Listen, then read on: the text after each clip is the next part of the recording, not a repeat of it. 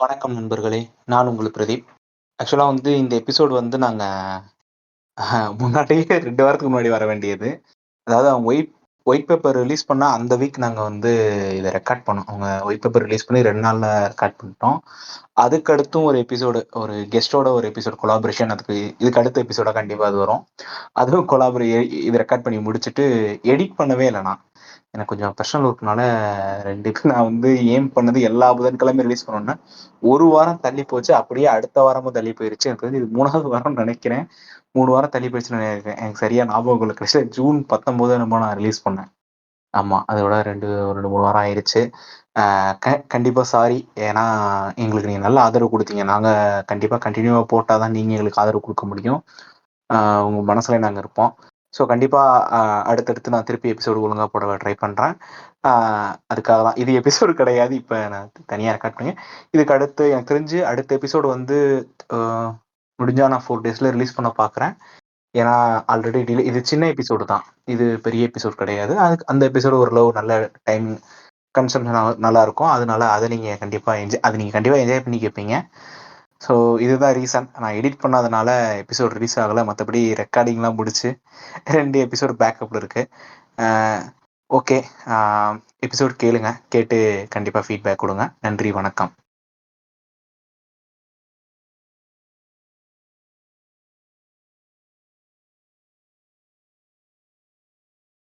வணக்கம் நண்பர்களே! நான் உங்கள் பிரதீப். இது உங்கள் ஒலிப்பதிவு பாட்காஸ்ட். இந்த வாரம் வந்து ஒயிட் பேப்பர் பத்தி பேசுறதுக்காக இன்னைக்கு நாம இணைஞ்சிருக்கோம் இங்க. ஆ போன வாரம் உள்ள எபிசோடுக்கு நல்ல ஆதரவு குடுத்திருக்கீங்க. ரொம்ப நன்றி. தொடர்ந்து இந்த ஆதரவு எங்களுக்கு நீங்க குடுத்துக்கிட்டே இருக்கணும். இப்ப நம்ம எபிசோடுக்குள்ள போயிரலாம். இப்ப இன்னைக்கு நம்ம கூட இணைஞ்சிருக்கிறது வந்து அந்த 10,00,000 கோடி கடன் எபிசோட்ல வந்து நம்ம கூட இணைஞ்சிருந்த கார்த்திக் அண்ட் ராகுல் இன்னைக்கு நம்ம கூட இணைஞ்சிருக்காங்க. அவங்கள நம்ம ஃபர்ஸ்ட்டு இன்ட்ரோ குடுத்தரலாம். வணக்கம் ராகுல்.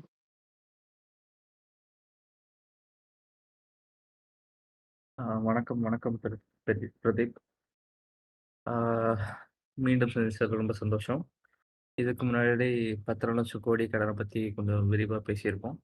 இப்ப அத ஒட்டியே ஒயிட் பேப்பர் ரிலீஸ் பண்ணியிருக்காங்க ஆளுங்கட்சி. அத பத்தியும் தெளிவா விவரிச்சு அனலைஸ் பண்ணுவோம். பண்ணி மக்களுக்கு வந்து நம்மளோட கருத்து கணிப்பு என்னங்கிறதையும் தெளிவா சொல்லலாம். இத பத்தி. மேலும் ஓகே. நன்றி. வணக்கம் கார்த்திக். வணக்கம் பிரதீப். வணக்கம் லிசனர்ஸ். நம்ம ஆல்ரெடி வந்து 10,00,000 கோடி கடனை பத்தி உள்ள பாட்காஸ்ட்ல இணைஞ்சிருந்தோம். இப்ப அதோட தொடர்ச்சியா இப்ப அதுக்கப்புறம் நம்ம தமிழ்நாடு அரசு வந்து ஒயிட் பேப்பர் ரிலீஸ் பண்ணிருக்கு.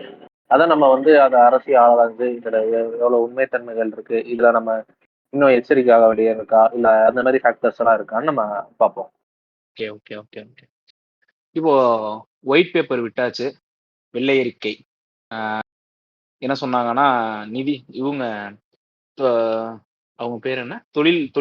தொழில்துறை அமைச்சர். அவங்க என்ன சொன்னாங்கன்னா, "ஏய் இல்லடா நிதித்துறை இல்லடா. இவங்க கீர்த்தனா யாரு? தொழில்துறை தானே? தொழிற்சாலைத்துறை." ஆ. அவங்க என்ன சொல்லியிருந்தாங்க அப்படின்னா, "நாங்க முதல்ல யாருமே வந்து ஆட்சிக்கு வந்தோனே, இது வெள்ளை அறிக்கையை விட்டது கிடையாது." அப்படின்னு சொல்லியிருக்காங்க. ஆல்ரெடி வந்து 2021ல பிடிஆர் பிடிஆர் விட்டுருக்காரு.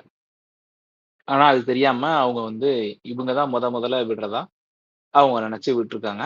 இப்ப விடுறதுக்கு முன்னாடியே நம்ம என்ன சொல்லியிருந்தோம் அப்டின்னா, அவங்க விடும்போது கண்டிப்பா சில உண்மைகள அவங்க அக்செப்ட் பண்ணி தான் ஆகணும். இத எப்படி அவங்க வந்து எப்படி இதுல குறை சொல்லப் போறாங்க?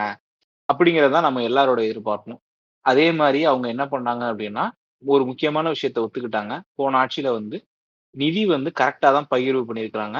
நம்ம ஆல்ரெடி சொன்ன மாரி அந்த அ இது இந்த கிரெடிட் கார்டு எக்ஸாம்பிள்லாம் சொன்ன மாரி, நமக்கு நிதி வந்து எல்லாத்துக்கும் உட்பட்டு தான் இருக்கு. அதிகமா எதுவுமே வாங்கல. அப்படி அதிகமா வாங்குனா, அ கவர்மெண்ட்டே திவாலாயிரும். அப்படிங்கிற விஷயத்தையும் அவங்க சொல்லியிருந்தாங்க. இப்போ அவங்க அப்புறம் எப்படி தான் குறை சொன்னாங்க அப்படின்னா, வெறும் கடன்கள பத்தி மட்டும் பேசி அந்த நிதி அறிக்கைய முடிச்சுட்டாங்க. ஜிடிபி பத்தி ஜிஎஸ்டிபி பத்தியோ, நம்மளோட தனிநபர் வருமானத்த பத்தியோ, அவங்க எந்த ஒரு பாயிண்ட் அதை எந்த இடத்துலயுமே பாயிண்ட் அவுட் பண்ணாம, அத பேசி முடிச்சு தப்பிக்க பார்த்துட்டாங்க. அத நோக்கி அவங்க கேள்வி எழுப்பும்போதுமே, அத பத்தி அவங்க அந்த கேள்விகளுக்கு அவங்க பதில் சொல்லாம அங்கருந்து கிளம்பிட்டாங்க. இப்ப நாம வந்து அவங்க பேசாத விஷயங்கள்லாம் பேசி, உண்மை என்ன? அவங்க வந்து எல்லாருக்கும் ஒரு பயத்த உண்டு பண்றாங்க. எல்லாருக்கும் ஒரு பேனிக்க உண்டு பண்றாங்க. கவர்மெண்ட்டே மோசமா இருக்கு. ரொம்ப மோசமான நிலைமையில இருக்கோம். நம்ம ரொம்ப கஷ்டப்படுறோம். அப்படிங்கிற நிலைமைக்கு நம்ம இருக்கிறோம். அப்படிங்கிற மாரி இத ஒரு சித்தரிக்க பார்க்குறாங்க. அத எல்லாத்தையும் உடைச்சு, அவங்க விட்டிருந்த அந்த இத வந்து நம்ம அவங்க விட்டிருந்த அந்த ஒயிட் பேப்பர வச்சோம். அதுக்கப்புறம் வந்து நம்மளோட 2026ஓட இன்டர்ம் 2026 டூ 27 இன்டர்ம் பட்ஜெட் அதுக்கப்புறம் வந்து யூனியன் கவர்ன்மென்ட்டோட ministry of statistics and programme implementation அந்த வெப்சைட்ல குடுக்கக்கூடிய யூனியன் கவர்ன்மென்ட்டோட எல்லா டேட்டாக்களையும் வச்சு அடிப்படையில நம்ம இன்னைக்கு பேசப் போறோம். அவங்களோட ஜிஎஸ்டிபியோட கரண்ட் கான்ஸ்டன்ட் வேல்யூ, அப்புறம் வந்து பெர் கேபிட்டாவோட வேல்யூ இது எல்லாமே வந்து யூனியன் கவர்ன்மென்ட் வருஷம் நமக்கு அந்த அந்த வெப்சைட்ல அப்லோட் பண்ணும். இத நீங்களுமே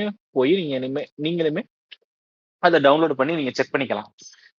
இந்த எபிசோடோட அதே மாரி நாங்க வந்து லிங்க்ல கீழ டிரைவ் லிங்க் குடுத்திருப்போம். அதுல இந்த எல்லா டேட்டாவோட லிங்க் நான் புரொவைட் பண்றேன். அதையும் நீங்க ஓப்பன் பண்ணி பார்த்துக்கலாம். இது எல்லாமே வந்து அ நாங்களோ, இல்ல வந்து போன திமுக அரசோ இத வெளியிடல.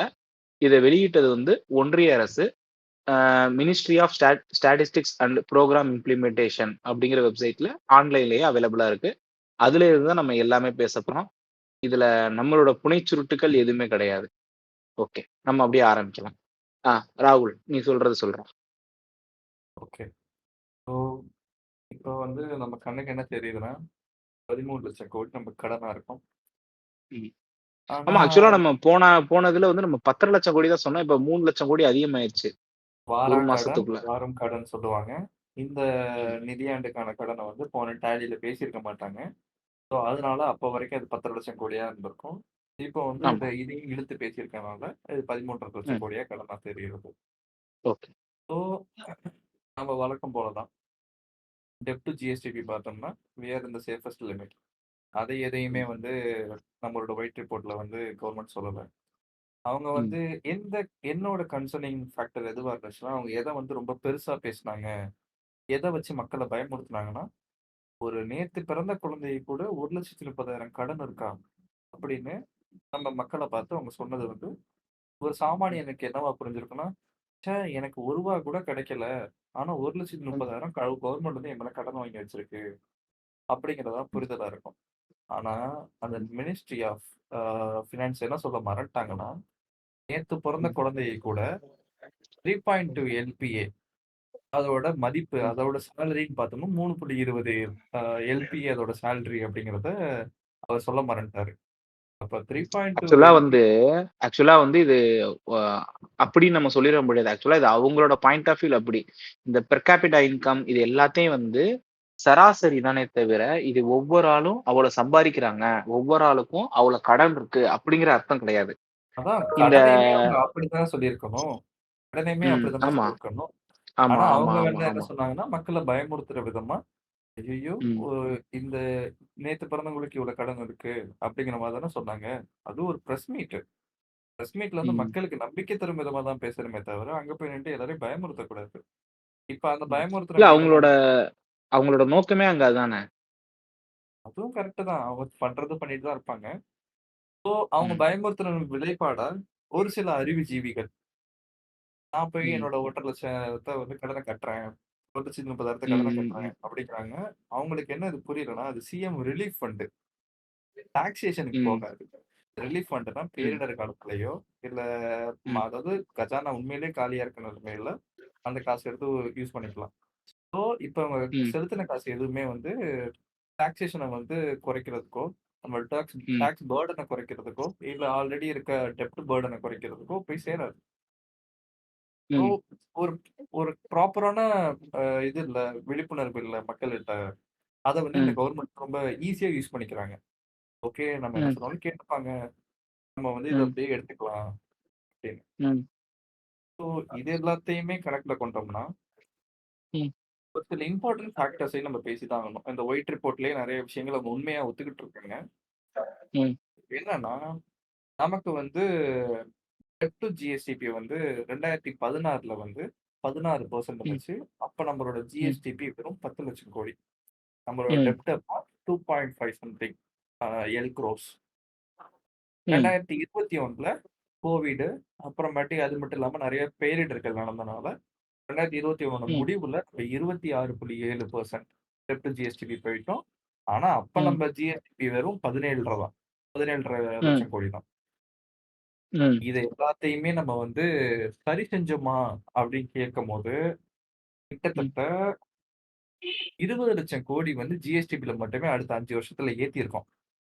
ம். அவ்வளோ ஏத்தியுமே 5,00,000 கோடி எக்ஸ்ட்ரா டெப்ட் வாங்கியும், நம்ம ஒரே ம். ரேஷியோலயே இருந்திருக்கோம். 26.8ல இருந்திருக்கோம் அப்படின்னா, இது ம். கவர்ன்மென்ட்டோட டாக்டிக்கல் விக்டரி தான் நான் சொல்லணும். ம். ஏன்னா, உனக்கு டெப்ட்டும் ஏறியிருக்கு. உன்னோட ஜிஎஸ்டிபி பெர்சன்ட்டும் ஏறியிருக்கு. ஆனா, உன்னால ம். வந்து ஒரே சேம் லைம் லைட்லயே கடைசி வரைக்கும் டிராவல் ஆகுதுன்னா, ம். Without enforcing the amount in every sectors properly உன்னால இத வந்து அச்சீவ் பண்ண ம். முடியாது. ம். ஸோ இது வந்து கவர்ன்மென்ட்டோட மாஸ்டர் ஸ்ட்ரோக் தான். இந்த ம். ம். விஷயத்த ம். வந்து இந்த ம். ஒயிட் ரிப்போர்ட்லயே சொல்லியிருக்காங்க. ஆனா, அத பத்தி ம். அவங்களுக்கு சொல்றதுக்கு திராணி இல்ல. அந்த கவர்ன்மென்ட்க்கு. எங்க சொன்னா ம். மக்களுக்கு வந்து முன்னாடி இருந்தவங்க பெட்டர்ன்னு தோணிருமோ அப்படின்னு பயந்துட்டாங்களோ என்னவோ! கரெக்ட்டா தெரியல. ம். ம். அதே மாரி நம்மளோட ரெவென்யூ டெபிசிட் வந்து எவ்வளோ இருக்குன்னா, 78,000 கோடி ஒவ்வொரு வருஷத்துக்கு ம். இருக்கு அப்படின்னு ம். நம்ம போன இப்போ எனக்கு இன்னொரு கேள்வி. இப்ப இவங்க ரெவென்யூ டெபிசிட்ட வந்து ம், ஜிஎஸ்டிபியோட போய் இப்ப ஜிஎஸ்டிபியோட இந்த டெப்ட்ட ஜிஎஸ்டிபி எல்லாம் கால்குலேட் பண்றாங்கல்ல. இந்த ம். ஜிஎஸ்டிபி வந்து ஆல்ரெடி நமக்கு லேட்டஸ்ட்டா சொன்ன அந்த 35,00,000 கோடியோட தானே அவங்க கால்குலேட் பண்றாங்க. ஆமா, ஆனா, அந்த நம்ம இதுக்கு முன்னாடி சொன்ன அந்த 10,00,000 கோடி வந்து லாஸ்ட்டா எடுத்தது. இப்ப ஆமா. ஜிஎஸ்டிபி வந்து இப்ப மாறிடுக்குமா? இல்ல வந்து அதுக்கு இல்ல, இல்ல. அடுத்த அது வருஷம் தான் வெறும் எடுக்கும் 2,00,000 கோடி தான் மாறிருக்கு. நம்ம போய் மாறியிருக்கும். 5.82 ம். இப்ப 37.20 சம்திங். ஒரு ம். 2,00,000 கோடி மட்டும் தான் அதுல வந்து ஸ்லைட் சேஞ்சஸ் இருக்கு. ஏன்னா ஆட்சி இல்ல நானே மாற்றத்தினால சொல்றேன். இன்வெஸ்ட்மென்ட்ஸ்லயே நெறைய பாரிட்டீஸ் இருக்கும். அதுல வந்து ம். நம்மளே ம். ம். பார்த்திருப்போம். நெறைய இன்வெஸ்ட்மென்ட்ஸ் எம்ஓயு சைன் பண்ணியிருப்பாங்க. ஆனா அது கான்க்ளேவா மாறி இருக்காது. ஸோ அது ம். எல்லாமே நமக்கு வந்து ஸ்டேட்டுக்கு நட்டம் தான். ஸோ அந்த இடத்துல ம். ம். பார்க்கும்போது பிளஸ் ஆர் மைனஸ் ஒரு 2,00,000 crore போறது எல்லா ஆட்சி மாற்றத்திலயும் வழக்கம் தான். ம். ம். ம். ம். இது இப்படிதான் நடக்கும். நமக்கு வந்து ஓகே. நார்மலா சொல்லப்போனா ஒரு 78,000 கோடி வந்து நமக்கு டெப்ட்ல வந்து ஒவ்வொரு வருஷத்துக்கும் வந்து டெபிசிட்ல இருக்கு. பிஸ்கல் டெபிசிட்லயே இருக்கும். ம். 4,35,000 கோடி நமக்கு செலவாகுது. 3,58,000 கோடி தான் நம்மகிட்ட இருப்பு இருக்கு. ஒரு ம். 78,000 கோடி வருஷம் வருஷம் கடன் வாங்குற நிலைமையில தான் இருக்கோம். ம். 78,000 கோடியிலயுமே கிட்டத்தட்ட ம். 64,000 கோடி வந்து வட்டி கட்டுறதுக்கு ம். மட்டுமே. எப்படின்னா ஓகே. ஃபியூச்சர் எக்ஸ்பெண்டிச்சர ஓவர் பண்ணி நம்ம வாங்கியிருப்போம்ல ஒரு சில கடன். அந்த ஒரு சில ஆமா. கடனுக்கு வட்டி மட்டுமே 66,000 கோடி கிட்ட கட்டலாம். அப்போ 12,000 ஓகே. கோடி கிட்ட வந்து வாரா ம். நிதியிலேயே போயிடுது. ம். ஸோ இது எல்லாம் ஏன் வந்துச்சு அப்படின்னு நம்ம வந்து போன 10.5 லேக் குரோர் அந்த டிஸ்கஷன்லயே தெளிவா சொல்லிட்டோம். நமக்கு ஆமா. டிரான்ஸ்போர்ட்ன்னு ஒண்ணு நம்ம தமிழ்நாட்டுல ஓடுதுல்ல. நம்ம தமிழ்நாட்டுல ஓடுற ஆமா. டிரான்ஸ்போர்ட்ங்கிற விஷயத்துக்கு துளி அளவு கூட சென்ட்ரல்ல இருந்து நமக்கு வந்து சப்போர்ட் கிடையாது. ஆமா. அதனால மட்டும் தான் நமக்கு வந்து ஒரு பிக்கஸ்ட் ஆ ஒரு ஒரு டிராபேக். டிராபேக் வந்து அந்த இடத்துல பிக்கஸ்ட் டிராபேக் அந்த ஒரு விஷயத்தினால மட்டுமே வந்தது. அது மட்டும் ம். இல்லாம, வெறும் ஃபியூச்சர் இன்வெஸ்ட்மென்ட்ஸ்ல மட்டுமே தமிழ்நாடு கவர்ன்மென்ட் கிட்டத்தட்ட ம். 15,00,000 கோடி செலவு பண்ணியிருக்காங்க. இதுவரைக்கும் ம். 13,400,000 கோடி சொல்றோம்ல. இந்த ம். 13,400,000 கோடியில வெறும் இன்ஃப்ராஸ்ட்ரக்சர், ஃபியூச்சர் டெவலப்மென்ட்ல மட்டுமே வெறும் 10,00,000 கோடி மேல தாண்டி போயிருக்கு. அப்பன்னா வெல்ஃபேர் ஸ்கீம்ஸ் இதுல அடங்கும். இப்ப இந்த ம். 13,50,000 கோடிய வந்து நீங்க மொத்தமா பிரிச்சீங்க, டிவைட் பண்ணி பார்த்தீங்க அப்டின்னா, 10,00,000 ம். கோடிக்கு வந்து எக்ஸாக்ட் அமௌண்ட்டே வந்து நம்ம வந்து கணக்கு காட்டலாம். 3,50,000 ம். கோடி வந்து எப்டின்னா இந்த பிரிட்ஜ் கட்டுறோம். அப்புறமேட்டு இந்த ம். ஐடி சிப்காட் பார்க்ஸ் வந்து மல்டிபிள் வென்ச்சர்ஸ்ல ஓப்பன் பண்றோம். ஆ ம். அப்புறமேட்டு ஹாஸ்பிட்டலைசேஷன் வந்து பெருசாக்கியிருக்கோம். நெறையா ம். ஆ லோக்கல் சப் பாடிஸ்க்கு வந்து ஹெல்ப் பண்ணியிருக்கோம். இப்படிங்கிற ம். மல்டிபிள் ஸ்கீம்ஸ் அதுல வரும். அந்த பேலன்ஸ் இருக்க 3.5 லேக் குரோர்ஸ். ஸோ ம். நீங்க என்ன சொல்லுவாங்க, அந்த ப்ரீவியஸ் கவர்ன்மென்ட்ல அதாவது இந்த கவர்ன்மென்ட்ல இருக்க அந்த தொழில்துறை அமைச்சர் என்ன சொன்னாங்கன்னா, 10,00,000 கோடிய வாரி சாப்பிட்டுட்டு போயிட்டோம் அப்படின்னாங்க. எனக்கு ம். என்னமோ அவங்களுக்குள்ளயே உட்கட்சி பூசல் இருக்குன்னு தான் தோணுது. ஏன்னா நிதியமைச்சர் நமக்கு சாதகமா சொல்லியிருக்காரு. எதுவுமே தேவையில்லாம செலவு பண்ணல. எல்லாமே ப்ராப்பர் ம். அக்கவுண்டடா இருக்கு. எல்லாமே ம். மக்களுக்கு தேவையான ஸ்கீம்ன்னு நிதியமைச்சர் சொல்லியிருக்காரு. அந்த கீர்த்தனா அவங்க என்ன ம். சொல்லியிருப்பாங்கன்னா, இது வந்து போன கவர்ன்மென்ட்டோட இன்கேப்பபிலிட்டி அதனால தான் இவ்வளோ டெப்ட் இருக்குன்னு இருக்காங்க. மேபி அவங்க 2 பேரும் பேசி ஒரு நல்ல முடிவு வந்தா மக்களுக்கு புரிய வாய்ப்பு இருக்குன்னு தோணுது. ம். அதே மாதிரி நம்மளோட ஓகே. கேபிட்டல் எக்ஸ்பெண்டிச்சர் வந்து முன்னாடி ம். 38,000 கோடி ஒரு வருஷத்துக்கும். இப்ப ம். 51,000 கோடி. ம். 38% அதுல இன்க்ரீஸ் இப்ப இல்ல, பண்ணியிருக்கோம். இல்ல. நம்ம அப்ப அங்க வரைக்கும் போ வேணாம். இப்ப நான் ஃபர்ஸ்ட்டு இப்ப நம்ம இவ்வளவு நேரம் சொன்னேன்ல. ம். சொன்னதுல வந்து நம்ம இவங்களுக்கு வந்து இந்த 1,50,000 கோடி முதல்ல இவங்க சாரி ஒரு 1,50,000 வந்து ஒவ்வொருத்தவங்க தலையிலயும் கடன் இருக்கா? 1,28,000 கரெக்ட்டா? அவ்வளவுதானே ஆமா. சொன்னாங்க. இப்போ இந்த கடன் முதல்ல என்ன? இந்த என்எஸ்டிபில இருந்து இத எப்படி அவங்க கால்குலேட் பண்றாங்க? ஒவ்வொருத்தவங்க தலையிலயும் இந்த கடன்னு சொல்றாங்கல்ல. இதுக்கு நமக்கு உங்களுக்கு முதல்ல விளக்கம் குடுக்கணும். முதல்ல இந்த மொத்த ஜிஎஸ்டிபி இருக்கு. அது வந்து என்ன அப்படிங்கிறது நம்ம ஆல்ரெடி சொன்னோம். தொழிற்சாலைகள், அப்புறம் இங்க இருக்க பிசினஸ் மேனு, இங்க ஒவ்வொருத்தவங்களும் இப்ப இது பண்ற இது எல்லாத்தையும் சேர்த்து தான் இந்த ஜிஎஸ்டிபி கால்குலேட் பண்ணுவாங்க. 35,00,000 கோடி. ஓகேவா? ம். இப்போ அதுல இருந்து தேய்மானத்த பண்ணுவாங்க. தேய்மானத்த கழிச்சது போக, நமக்கு ம். இருக்கிற வர வேல்யூ பேரு தான் என்எஸ்டிபி. ம். இந்த என்எஸ்டிபில இருந்து மக்கள் தொகைய டிவைட் பண்ணா வர வேல்யூ தான் பெர் கேபிட்டா இன்கம். ம். அதே மாரி தான் இந்த பெர் கேபிட்டா டெப்ட்டும் வந்து கால்குலேட் அத பண்ணுவாங்க. வந்து இந்த பெ இப்படியும் ரொம்ப ம், சிம்ப்ளிஃபை பண்ணலாம் பிரதீப். ம், அதாவது ம். எப்படி? டோட்டல் அவுட்ஸ்டாண்டிங் லயபிலிட்டீஸ் டிவைடட் பை ம். நம்மளோட பாப்புலேஷன் அப்படின்னு நம்ம சொல்லலாம். ஓகே. ஆ. லயபிலிட்டீஸ்னா ஒண்ணும் இல்ல. நமக்கு வந்து இதனால பெரிய அளவுல பலன் அளிக்காது. ஃபார் ம், எக்ஸாம்பிள் ஆ ம், தேவையற்றதுன்னு சொல்ல முடியாது. அதனால நலன்கள் ம், கம்மியா இருக்க விஷயங்கள் அப்படின்னு சொல்லலாம். ம், அது டிவைடட் பை நம்ம பாப்புலேஷன். கிட்டத்தட்ட 10,00,000 கோடி லயபிலிட்டீஸ் மட்டும் தான். ஏன்னா வெல்ஃபேர் ஸ்கீம்ஸ் தான் அவ்ளோ பண்ணியிருக்கோமே. ஏன்னா மக்கள் நல்லா இருக்கணும்னு வெல்ஃபேர் ஸ்கீம்ஸ் பண்ணியிருக்காங்க. அதுல ம். மக்களுக்கு மட்டும் தான் பயன் வந்து அதிகமா இருக்குமே தவிர கவர்மெண்ட்க்கு இருக்காது. கேபிட்டல் எக்ஸ்பெண்டிச்சர ஆமா, ரெடியூஸ் பண்ணாது. ஸோ வந்து ஆமா. மக்களுக்கு அவ்வளோ செஞ்சு செஞ்சு முன்னாடி இந்த ம், கவர்மெண்ட் ஓஞ்சு போயிட்டாங்களா என்னன்னு தெரியல. 10,00,000 கோடிக்கு ம், செஞ்சிருக்காங்க. 10,00,000 கோடிக்கு செஞ்ச ம், பேருக்கு தான் எல்லார் மேலயும் ரூ. 1,28,834 கடன் இருக்கு. கார்த்தி நீ இந்த ம். லயபிலிட்டீஸ பத்தி கொஞ்சம் தெளிவா சொல்றா. இருங்க ஒரு நிமிஷம். ஒரே லைபிலிட்டி. நிமிஷம். நான் ஒரு முக்கியமான விஷயத்த ஆட் பண்ணணும்னு நெனைக்கிறேன். இப்போ 2021 ஆட்சி வரும்போது, போன ஆட்சியில வந்து நிதி சரியா கையாளப்படல அப்படிங்கிற ஒரு வாதத்த நம்ம வச்சிருப்போம். இப்போ நான் உங்களுக்கு ஆல்ரெடி வந்து இந்த என்எஸ்டிபினா என்ன அப்படிங்கிறத நான் சொல்லியிருந்தேன். என்எஸ்டிபிங்கிறது நம்மளோட ஜிஎஸ்டிபில இருந்து தேய்மானத்த கழிக்கிறது. தேய்மானம்னா எல்லாருக்குமே தெரியும். இப்போ ஒரு பில்டிங் இருக்கு அப்படின்னா, அது வருஷங்கள் ஆக ஆக ஆக அந்த அந்த பில்டிங்க்கு ஒரு டிப்ரிசியேஷன் ரேட் இருக்கும். அத மைனஸ் பண்ணுவோம் நம்ம.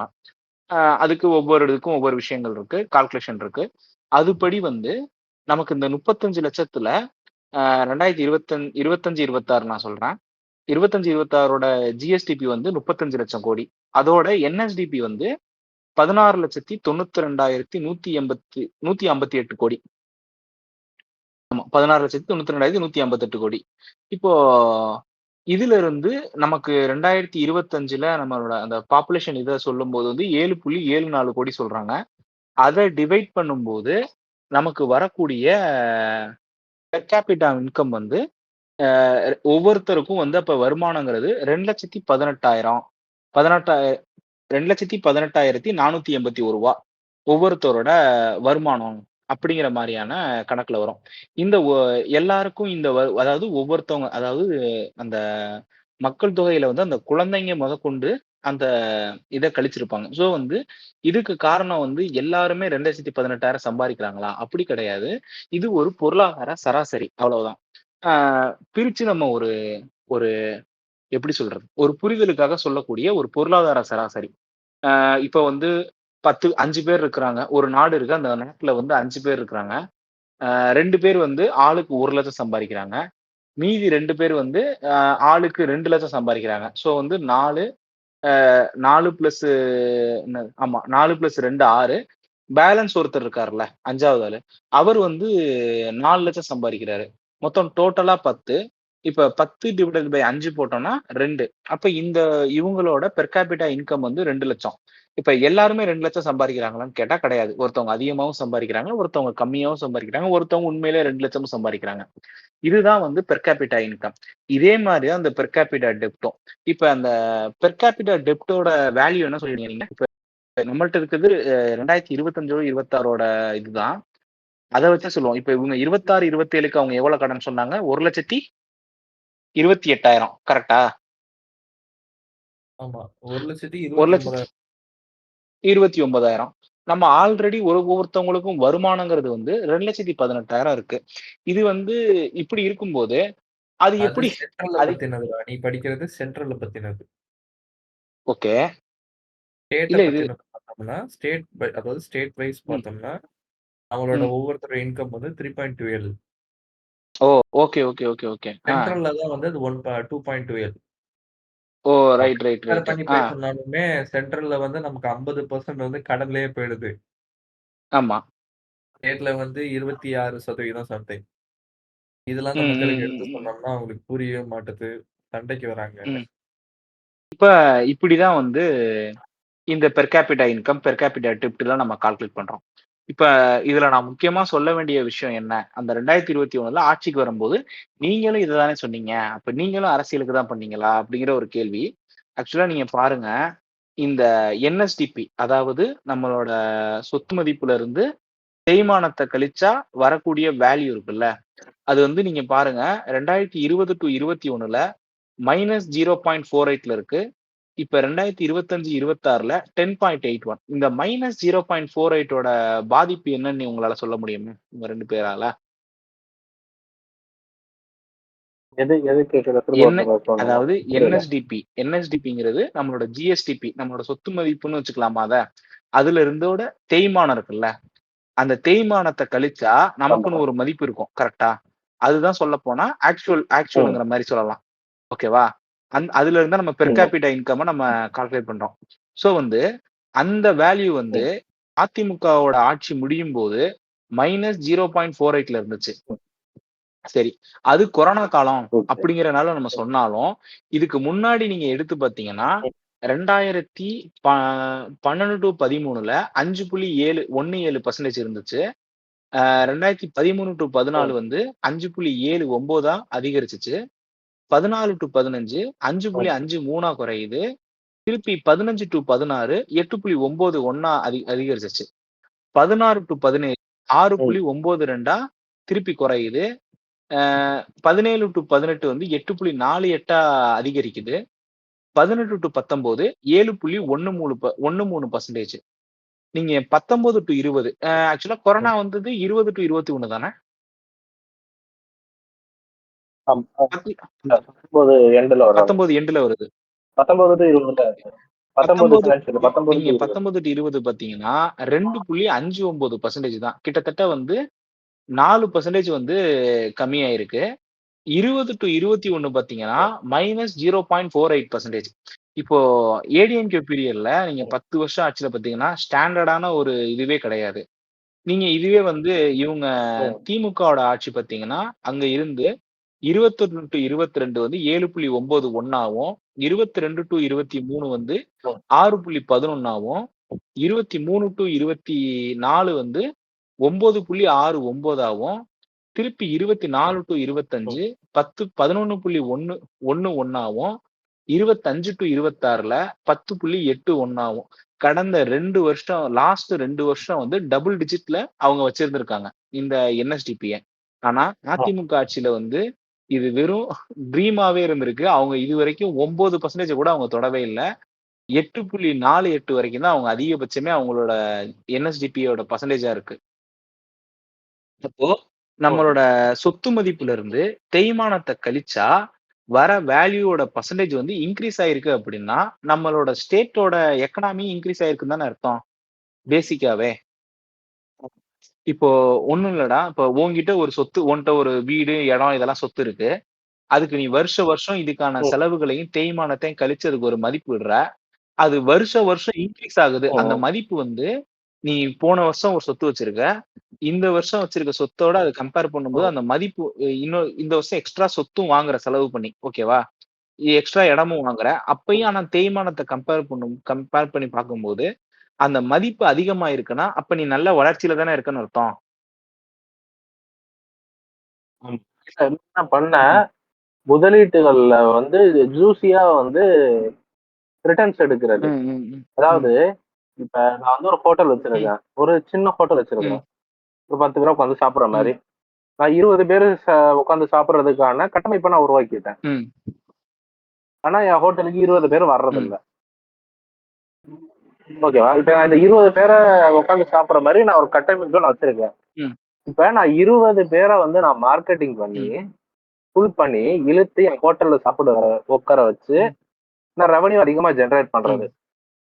அதனாலதான் கிராஸோட நெட் அதிகமா இருக்கு. ம் ஓகே. ஆனா இது ஏன்னா நம்ம வந்து இது நான் எதுக்கு நம்ம சொல்ல வரோம் அப்படின்னா, திமுகவுக்கு முந்தைய ஆட்சி வந்து அதிமுகவோட ஆட்சி. அந்த ஆட்சி ஏன் நிதி நிலைமை சரியா கையாளல அப்படின்னா, அவங்க போகும்போது -0.48ல விட்டுட்டு போறாங்க. அது எந்த அளவுக்கு ஆபத்துன்னு உன்னால சொல்ல முடியுமான்னு கேட்டேன். அததான் நான் முதல்ல கேட்டது. அதுல இருக்க பிரச்சனை என்ன? அது ம். அதுல இருக்க பிரச்சனை என்னன்னா, நம்ம வந்து இப்ப கேபிட்டல் எக்ஸ்பெண்டிச்சர்னு போன பாட்காஸ்ட்லயே பேசியிருந்தோம். இப்ப திரும்ப சொல்றேன். ம். கேபிட்டல் எக்ஸ்பெண்டிச்சர்னா என்னன்னா, நமக்கு நிரந்தர செலவு கிடையாது அதனால. ம். ஓகேவா? ஆனா அந்த ஒன் டைம் இன்வெஸ்ட்மெண்ட்டா ஒண்ணு பண்றோம்ல. இப்ப ஃபார் எக்ஸாம்பிள் நம்ம மெட்ரோ பத்தி ரொம்ப பேசியிருந்தோம். ம். இப்ப இந்த மெட்ரோ போடுறது வந்து ஒரு கேபிட்டல் எக்ஸ்பெண்டிச்சர். இப்ப நான் வந்து ஒரு மெட்ரோ இன்வெஸ்ட்மெண்ட் பண்றேன். இன்வெஸ்ட்மெண்ட் பண்ணிட்டு அதுல இருந்து நான் வந்து ஜூஸியா நான் ரிட்டர்ன் எடுத்தாதான், அதாவது அதை வந்து நான் கரெக்டா ஆபரேட் பண்ணாதான் என்னோட என்எஸ்டிபி வந்து அதிகரிக்கும். ம். புரியுதா? அதாவது இப்ப நான் ஒரு பஸ் வச்சிருக்கிறேன். அந்த பஸ்ஸோட கெப்பாசிட்டி 50னா அதுல 50 பயணிகளுக்கு மேல பயணிச்சா நான் அதிகமா லாபம் சம்பாதிக்க முடியும். கரெக்ட் தானே? அந்த மாதிரிதான் நம்ம முன்ன பண்ண முதலீடுகள்ல நம்ம வந்து வருவாயை பெருக்கிறதுக்கு ஆபரேஷன்ஸ் வந்து இன்னொரு இது பண்ணி அதை நம்ம பெருக்கணும். ஓகே. அதை நுகர்வு பண்ண வச்சோம், அதை கன்சியூம் பண்ண வச்சோம். ஓகே. அதனால நமக்கு என்எஸ்டிபி வந்து அதிகரிச்சிருக்கு. இப்போ இல்ல நான் என்ன சொல்லவா, அதுக்கு இப்போ கடந்த இது திமுகவுக்கு முந்தின இவங்க வந்து இன்னொரு வாக்கியத்தை விட்டாங்க. கடந்த அதிமுக ஆட்சி வந்து ரொம்ப நல்லா இருந்துச்சு, இதை கம்பேர் பண்ணும் போதுங்கிற வாக்கியத்தை நம்மளோட நிதியமைச்சர் விடுறாரு. நான் அதுக்காக தான் இந்த கேள்வி எழுப்புறேன். அப்ப என்எஸ்டிபி வந்து தொடர்ந்து சரிவுலையும் அதுவும் ஆட்சியை விட்டு போகும்போது நெகட்டிவ்லயும் இருக்கு அப்படின்னா, அந்த ஆட்சி எப்படி நல்ல ஆட்சியா இருக்கும்? அந்த ஆட்சி திவாலான ஆட்சியா தானே இருக்க முடியும். ஆமா, கொரோனாவும் ஒரு பெரிய காரணம் அதுக்கு. கொரோனால ஒரு காரணம் அது இல்லாம அவங்க வந்து ரெவன்யூ லீக்கேஜஸ் நிறைய இருந்தது. எடுத்துக்காட்டுக்கு ரெவன்யூ லீக்கேஜ்ல என்னன்னா, நம்ம வந்ததுக்கு அப்புறம் இப்ப கடைசி 5 ஆண்டுல வந்து இந்த டாஸ்மார்க்ல QR கோடு அப்படின்னு ஒரு சிஸ்டம் வந்திருக்கு. இந்த QR கோடுன்ற சிஸ்டம் வந்து ஒரு பாட்டில் வந்து எங்கெங்க போகுது அப்படின்னு என்ஷூர் பண்ணுது. அப்ப அததான் பிடிஆர் வந்த உடனே சொன்னது, ரெவன்யூ லீக்கேஜஸ் ஸ்டேட்டுக்கு நிறைய இருக்கு, எங்கெங்க செலவாகுதுன்னே தெரியல, எங்கெங்க வருவாய் வருதுன்னே தெரியல, அதெல்லாம் அக்கௌண்டபிளாவே இல்ல, அதுக்கெல்லாம் யாரு ட்ரஸ்டின்னு தெரியல அப்படின்ற மாதிரி அவர் குறிப்பிட்டிருந்தாரு. இந்த மாதிரி ரெவன்யூ லீக்கேஜஸ் நிறைய இருந்தது. அதை வந்து சரியா பராமரிக்கல, அதாவது ஒரு ஸ்க்ரூட்டனைஸ் பண்ணி மானிட்டர் பண்ணல. அதனாலதான் அதோட வெளிப்பாடு தான் அந்த நம்பர்ஸ்ல நமக்கு தெரியுது. ஓகே ஓகே ஓகே ஓகே இது numbers doesn't lie. Okay okay. ஆனா நான் என்ன சொல்ல வரேன்னா, என்னோட கருத்தை நான் இதுல என்ன முன்வைக்கிறேன் அப்படின்னா, இந்த இடத்த தான் நம்ம வந்து போன ஆட்சி மேல நம்ம குறை சொன்னது. அதாவது திமுக குறை சொன்னது. நம்ம திமுக கவர்மெண்ட் வந்து குறை சொன்ன விஷயம். போன ஆட்சியில வந்து நிதி சரியா கையாளப்படல அப்படின்ட்டு. ஆனா அத குறை சொன்னதுன்னு சொல்றதை விட சுட்டி காட்டுனதுன்னு சொல்லலாம். சுட்டி காட்டுனதுன்னு சொல்லலாம். ஆனா இந்த ஆட்சி வந்து அந்த சுட்டி காட்டின தவற திருப்பி செஞ்சாங்களா அப்படிங்கிறது தான் நம்மளோட கேள்வி. போன ஆட்சியில இவங்க ஒரு சுட்டி காட்டுறாங்க, இந்த விஷயங்கள் இங்க குறைகளா இருக்கு அப்படிங்கறத சொல்றாங்க. அதெல்லாம் அவங்க திருப்பி பண்ணாங்களா அப்படிங்கறத நம்ம முதல்ல பேசிட்டு அதுக்கப்புறமா இவங்க வெள்ளரிக்கை நம்ம தொடருவோம். அப்படியே சொல்லு. இல்ல, என்னைய பொறுத்தளவுல இவங்க வந்து அத சுட்டி காட்டுற மாதிரி எனக்கு தெரியல. அத ஒரு விக்டிம் கார்டு பிளே பண்றாங்க. இவங்களோட வாக்குறுதிகள் வந்து நம்மளோட பொருளாதாரத்தை வந்து இன்னும் வந்து கீழே இழுத்துட்டு போற மாதிரி தான் இருக்கு. இப்ப பிரதமர் மோடி வந்து தங்கம் வாங்காதீங்கிறாரு, இவர் தங்கத்தை இலவசமா தருவேங்கிறாரு. இல்ல இப்ப அந்த விஷயங்கள் வந்து அவர் அதுக்கப்புறம் அதை பத்தி பேசவே இல்லை, அதை கொடுக்க போறது கிடையாது. எனக்கு தெரிஞ்ச அவர் வந்து இந்த 2500 ரூபாய் காசு கொடுக்கறத பத்தி சொல்லியிருந்தாரு. ஆனா இன்னைக்கு வந்து அமைச்சர் அருண்ராஜ் என்ன சொல்றாரு அப்படின்னா, அந்த இப்போதைக்கு அது கிடையாது, நிதி நிலைமை சரி கிடையாது அப்படிங்கிற மாதிரி சொல்றாரு. அந்த 1000 ரூபாய் இத வந்து எப்படி அவங்க ப்ரொமோட் பண்றாங்கன்னா, ஸ்டாலினே ஆட்சிக்கு வந்து 2 வருஷம் கழிச்சுதான் வந்து 1000 ரூபாய் காசு கொடுத்தாரு. விஜய் ஆனா வந்து வந்த பிரதீப் ஸ்டார்டிங்ல இருந்து பிரதீப் காசு ஒரே சொல்லு நிமிஷம். சொல்லு சொல்லு. ம். ஆனா ஸ்டாலின் வந்து 2 வருஷம் கழிச்சு தான் காசு குடுத்தாரு அப்படின்னு பேசுற வாய் வந்து, ம். ஆட்சிக்கு ம். வந்து 1½ வாரத்துல 4000 கோடி கொரோனா நிதி ஒதுக்குனாரு ஸ்டாலின். அப்படிங்கிறது ம். அவங்களுக்கு பேசுறதுக்கு வாயில இடம் பத்தலையானுங்கிறது எனக்கு தெரியல. அதையும் இல்ல அவங்க அவங்களுக்கு ம். உட்குறிப்பிட்டுக்கணும். சொல்லு சொல்லு. ஆமா. ஆனா வந்து ஆட்சிக்கு வந்த புதுசுலயே அவங்க வந்து எல்லாருக்குமே கொரோனாவோட அந்த நிதின்ற இந்த ரேஷன் கடையில ரூ. 4000 குடுத்தாங்கல்ல. ஆமா. ம். அது அது குடுக்க தானே செஞ்சாங்க. 2500 4000 சம்திங் நான் மறந்துருச்சு. ஆனா அந்த அமௌண்ட் குடுக்க தானே செஞ்சாரு.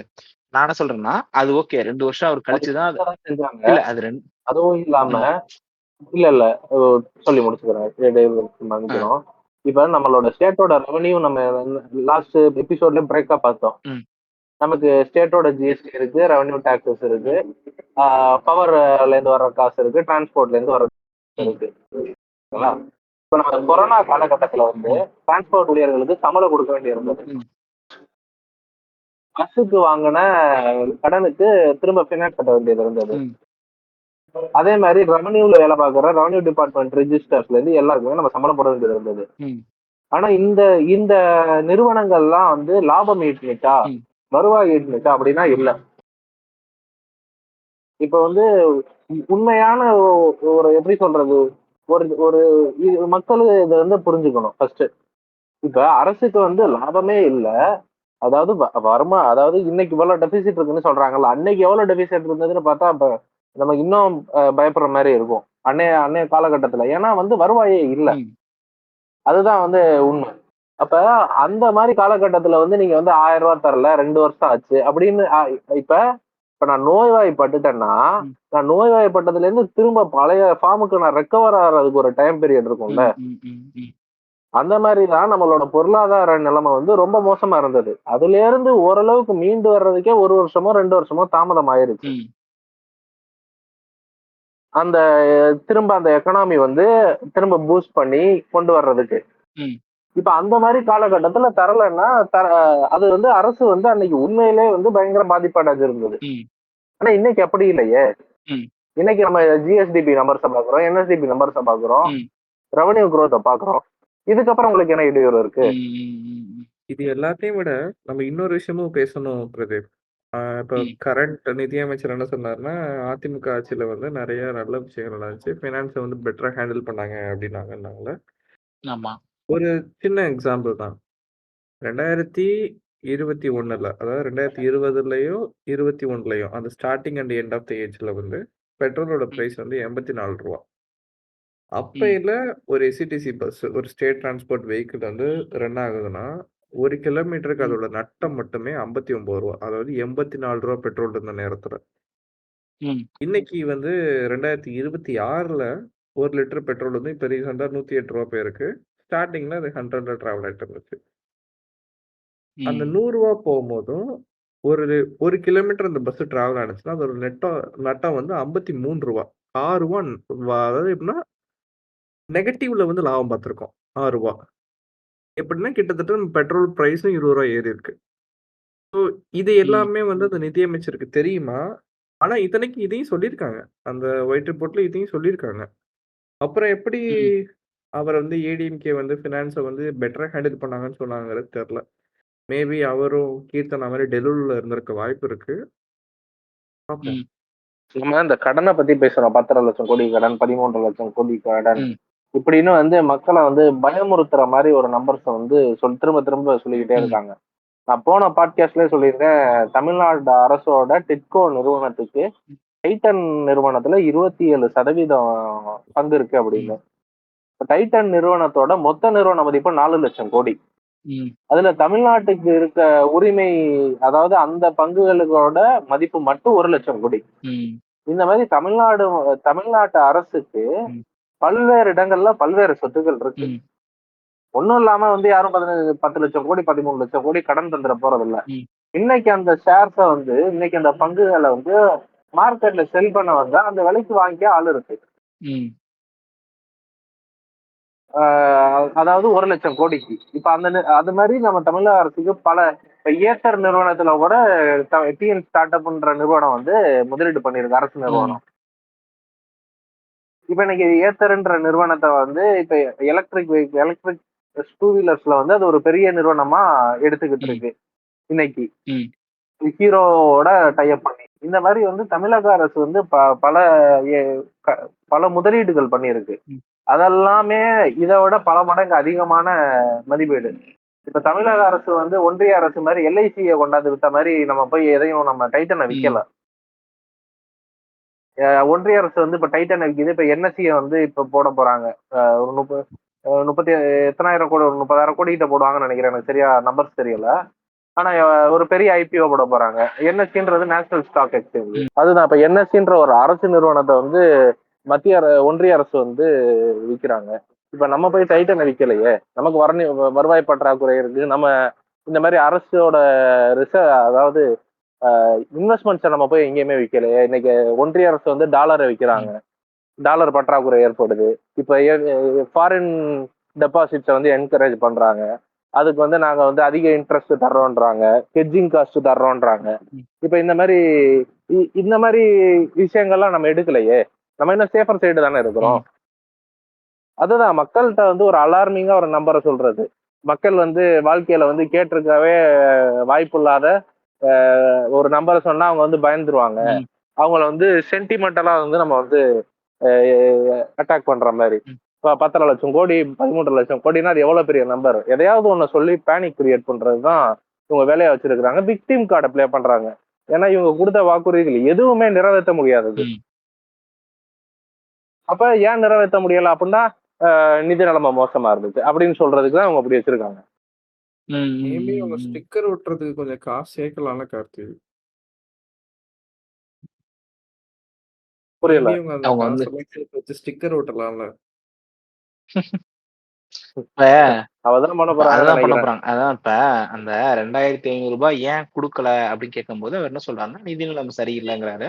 ஆனா அதை எப்படி ப்ரொமோட் பண்றாங்கன்னா, ஸ்டாலின் வந்து 2 வருஷத்துக்கு அப்புறம் கொடுத்தாரு. விஜய் வந்து மாசத்துல இருந்தே வந்து 1000 ரூபாய் கொடுக்குறாரு அப்படிங்கிறாங்க. ஆல்ரெடி எக்ஸிஸ்டிங் ஸ்கீமை கண்டினியூ பண்றது எப்படி வந்து இவரோட சாதனை ஆகும்? அதை பண்ணாட்டிதான் இவர் மேல வந்து அது பழியா சொல்லுவாங்க. பரவாயில்ல. அதாவது இவருக்கு வந்து பாருங்க எப்படி ஒரு சொகுசுனா, பாருங்களேன் அவர் வந்து பல நல்லா இருக்க விஷயத்த கெடுக்காம இருக்கிறதே ஒரு சாதனையா பாக்குறாங்க. ஒரு விஷயம் நல்லா இருக்கு, பாருங்களேன் அந்த விஷயத்த அவர் கெடுக்கல. அப்ப இவர் சூப்பர் சிஎம் அவரு அப்படிங்கிறாங்க. அது எனக்கு ரொம்ப ஆச்சரியமா இருக்கு.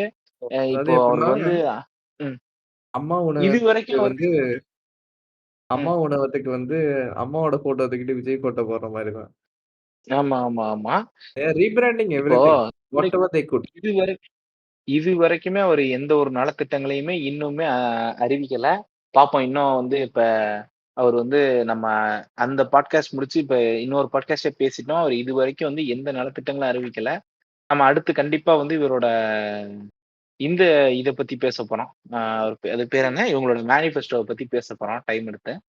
கண்டிப்பா அந்த பாட்காஸ்ட் அந்த எபிசோடு வரும்போதாச்சும் இவர் ஏதாச்சும் நலத்திட்டங்களை அறிவிக்கிறாரா ஒரு முதலமைச்சரா, இன்னும் வந்து இல்ல கம்பு சுத்திக்கிட்டே இருக்க போறாங்களா அப்படிங்கறத நம்ம பார்ப்போம். சரி, ஓகே.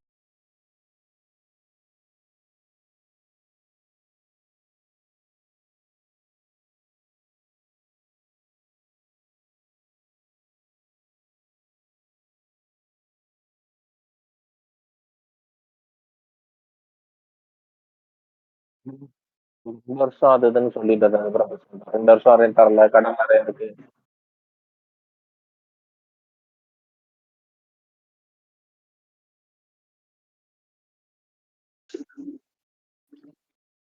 அதுதான் ஒன்றிய அரசு விற்கிற மாதிரி நம்ம விற்கலன்னு சொன்னேன். பொதுத்துறை நிறுவனங்கள்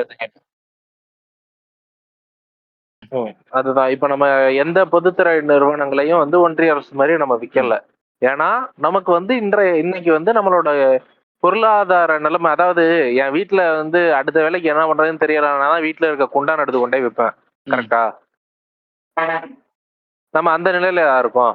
அந்த நிலையில யார் இருக்கான்னு நமக்கு தெரியும். நம்ம ஒன்றிய அரசு இருக்கு.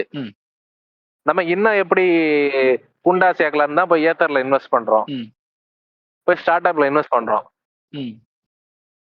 இன்னைக்கு வந்து அந்த மாதிரி முதலீடுகள்லாம் பண்ணி புதுசா நிறுவனங்களை வந்து உருவாக்குறோம். சின்ன அதாவது seeding funding, venture capital funding, அந்த மாதிரி பல்வேறு இதா வந்து இன்வெஸ்ட் பண்றாங்க. இதை நான் ஏன் சொல்ல வரேன்னா, இந்த இந்த பாட்காஸ்ட்ல மெயினா இதுக்கு என்ன ரோல் இருக்குன்னா, நம்ம வந்து அப்படி ஒன்றும் ரொம்ப மோசமான ஸ்டேஜ்ல இல்லைன்றதுக்காக சொல்ல வர்றேன். மோசமான ஸ்டேஜ்ல இருந்திருந்தோம்னா டைட்டனோட பங்குகளை வித்திருக்கலாம் அரசு. இப்ப இந்த மாதிரி பல்வேறு பங்குகள் இருக்கு அரசுக்குன்னு, அதெல்லாம் விற்கலாம். அதெல்லாம் விற்காததுக்கு காரணம் வந்து இதுதான். இப்போ மெட்ரோவை பிரைவேட்டைஸ் பண்ணலாம். அந்த மாதிரி அரசு வந்து நினைச்சா நிறைய அரசு நிறுவனங்களை விற்கலாம். ஆனா ஏன் விற்கலைன்னா நமக்கு தேவை இல்லை. இன்றைக்கு நம்மளோட பொருளாதார நிலைமை வந்து லீக்கேஜஸ் எல்லாம் டைட் பண்ணி நம்ம வந்து என்எஸ்டிபி பார்க்கல, நமக்கு அதுதான் நம்ம என்எஸ்டிபி பார்க்கல நம்ம அதுதான் நமக்கு தெரிய வருது. நம்ம ரெவன்யூ லீக்கேஜஸ் எல்லாம் எவ்வளவு டைட்டன் பண்ணியிருக்கோம் இருக்கு. அதே கேபிட்டல், அதே முதலீடுகள்ல கேபிட்டல் எக்ஸ்பெண்டிச்சரை வச்சு எப்படி இது பண்ண போறோம். நம்ம ரீசெண்டாவோட அசோக் லேலாண்டோட ஸ்விட்ச்ன்ற கம்பெனி கூட தமிழ்நாடு டிரான்ஸ்போர்ட் கார்பரேஷன் ஒரு ஒப்பந்தம் போட்டிருந்தது. அதாவது இது வந்து எப்படின்னா, டிரைவர் அவங்களது, பஸ் அவங்களது, எலக்ட்ரிக் பஸ். நமக்கு அரசோட இது என்னன்னா கண்டக்டர், பேசஞ்சர்ஸ் மட்டும்தான். அரசு வந்து ஒரு போக்குவரத்து துறை, அதாவது ஒரு பேருந்தை வாங்கி அதுக்கு ஒரு டிரைவரை போட்டு இப்ப இந்த மாதிரி எக்ஸ்பெண்டிச்சர் பண்றதை விட இப்ப இப்படி இது வந்து கேபிட்டல் எக்ஸ்பெண்டிச்சர்ல வரும். அதாவது ஒரு பஸ் வாங்கணும்னா நமக்கு வந்து ஒரு 5 கோடி தான், 5 கோடி ரூபா ஃபர்ஸ்டே டேபிள்ல வைக்கிறோம் நம்ம. ஆனா இப்ப இந்த மாதிரி வேற ஒரு நிறுவனம் நடத்தையில நமக்கு ஒரு கிலோமீட்டருக்கு இவ்வளவு அப்படின்னு நம்ம ஆப்ரேட்டிங் எக்ஸ்பெண்டிச்சரா கன்வெர்ட் பண்ணிக்கலாம். கேபெக்ஸ் கேபெக்ஸ் மாடல் இதனால ஆமா, நம்ம ஃபர்ஸ்ட் பஸ் வாங்குறதுன்றது வந்து கேபெக்ஸ், அதிக முதலீடு ஃபர்ஸ்ட் போடுவோம், அதுக்கப்புறம் ஆபரேஷன் நடக்கும். ஆனா இப்ப அந்த தனியார் நிறுவனத்து கூட நம்மளோட ஒப்பந்தம் எப்படின்னா, நீ 1 கிலோமீட்டர் ஓட்டினா உனக்கு இவ்வளவு காசு, ஒரு பஸ்ஸுக்கு ஒரு நாளைக்கு இவ்வளவு வாடகை, இந்த மாதிரி. இதனால என்னன்னா நமக்கு தேவைப்படுற ஃபர்ஸ்டே தேவைப்படுற கேபிட்டல் வந்து கம்மியாயிருச்சு. ஸோ இது கம்ப்ளீட்டா ஆபெக்ஸா இருந்தாலும் தப்பு, கம்ப்ளீட்டா கேபெக்ஸா இருந்தாலும் தப்பு. ரெண்டுமே ஒரு பேலன்ஸ்டா இருக்கணும். அதுதான் வந்து ஒரு பெர்ஃபெக்ட் மாடலா இருக்கும். ஏன்னா ஃபுல்லா கேபெக்ஸ் போட்டோம்னா அடுத்த நாள் பேங்க்ல நமக்கு காசு இருக்காது. ஃபுல்லா ஆபெக்ஸா போட்டோம்னா மாசம் மாசம் ஆபரேஷனுக்கு செலவு பண்றது அதிகரிச்சுக்கிட்டே போயிட்டு இருக்கும். ஸோ அதனால இது ரெண்டுமே பேலன்ஸ்டா இருக்குது பெட்டர். ஸோ அந்த மாதிரி முடிவுகள்லாம் நம்ம எடுக்கிறோம், அந்த மாதிரி நகர்றோம். இப்ப இதனால வந்து போக்குவரத்து துறைக்கு வந்து ஆப்ரேட்டிங் லெவரேஜ் அதிகமாகுது. ஆனா கேபிட்டல் அதிகமா தேவைப்படல. அதாவது 100 பேருந்து ஓடுற இடத்துல 120 பேருந்து ஓடுது. இந்த 20 பேருந்து எக்ஸ்ட்ரா ஓடுறதுக்கு நம்ம பெருசா செலவு பண்ணல. சரி. சோ இந்த மாதிரி எடுத்து இந்த மாதிரி நகர்றாங்க. ஸோ பிரதீப், இப்ப நம்ம பேசிட்டோம் இந்த விஷயத்தெல்லாம் பத்தி. நம்மளோட நிதியமைச்சர் வந்து அவங்க ரிலீஸ் பண்ண ஒயிட் ரிப்போர்ட்ல அவங்க சைட்ல ஒரு சில விஷயங்களை கன்க்ளூஷன் சொல்லியிருக்காங்க. அதாவது இதோட தெளிவு வந்து நாங்க இவ்வளவுதான் பார்த்திருக்கோம், இதான் எங்களோட ஃபைண்டிங்ஸ், ஒரு 6 ஃபைண்டிங்ஸ் பார்க்கிறோம் அப்படின்னு சொல்லியிருக்காங்க. கிட்டத்தட்ட 6 ஃபைண்டிங்ஸ் எல்லாமே சொன்னதே தான், முதல் ஃபைண்டிங்ல சொன்னதே தான் திருப்பி திருப்பி சொல்லிட்டு இருக்காரு.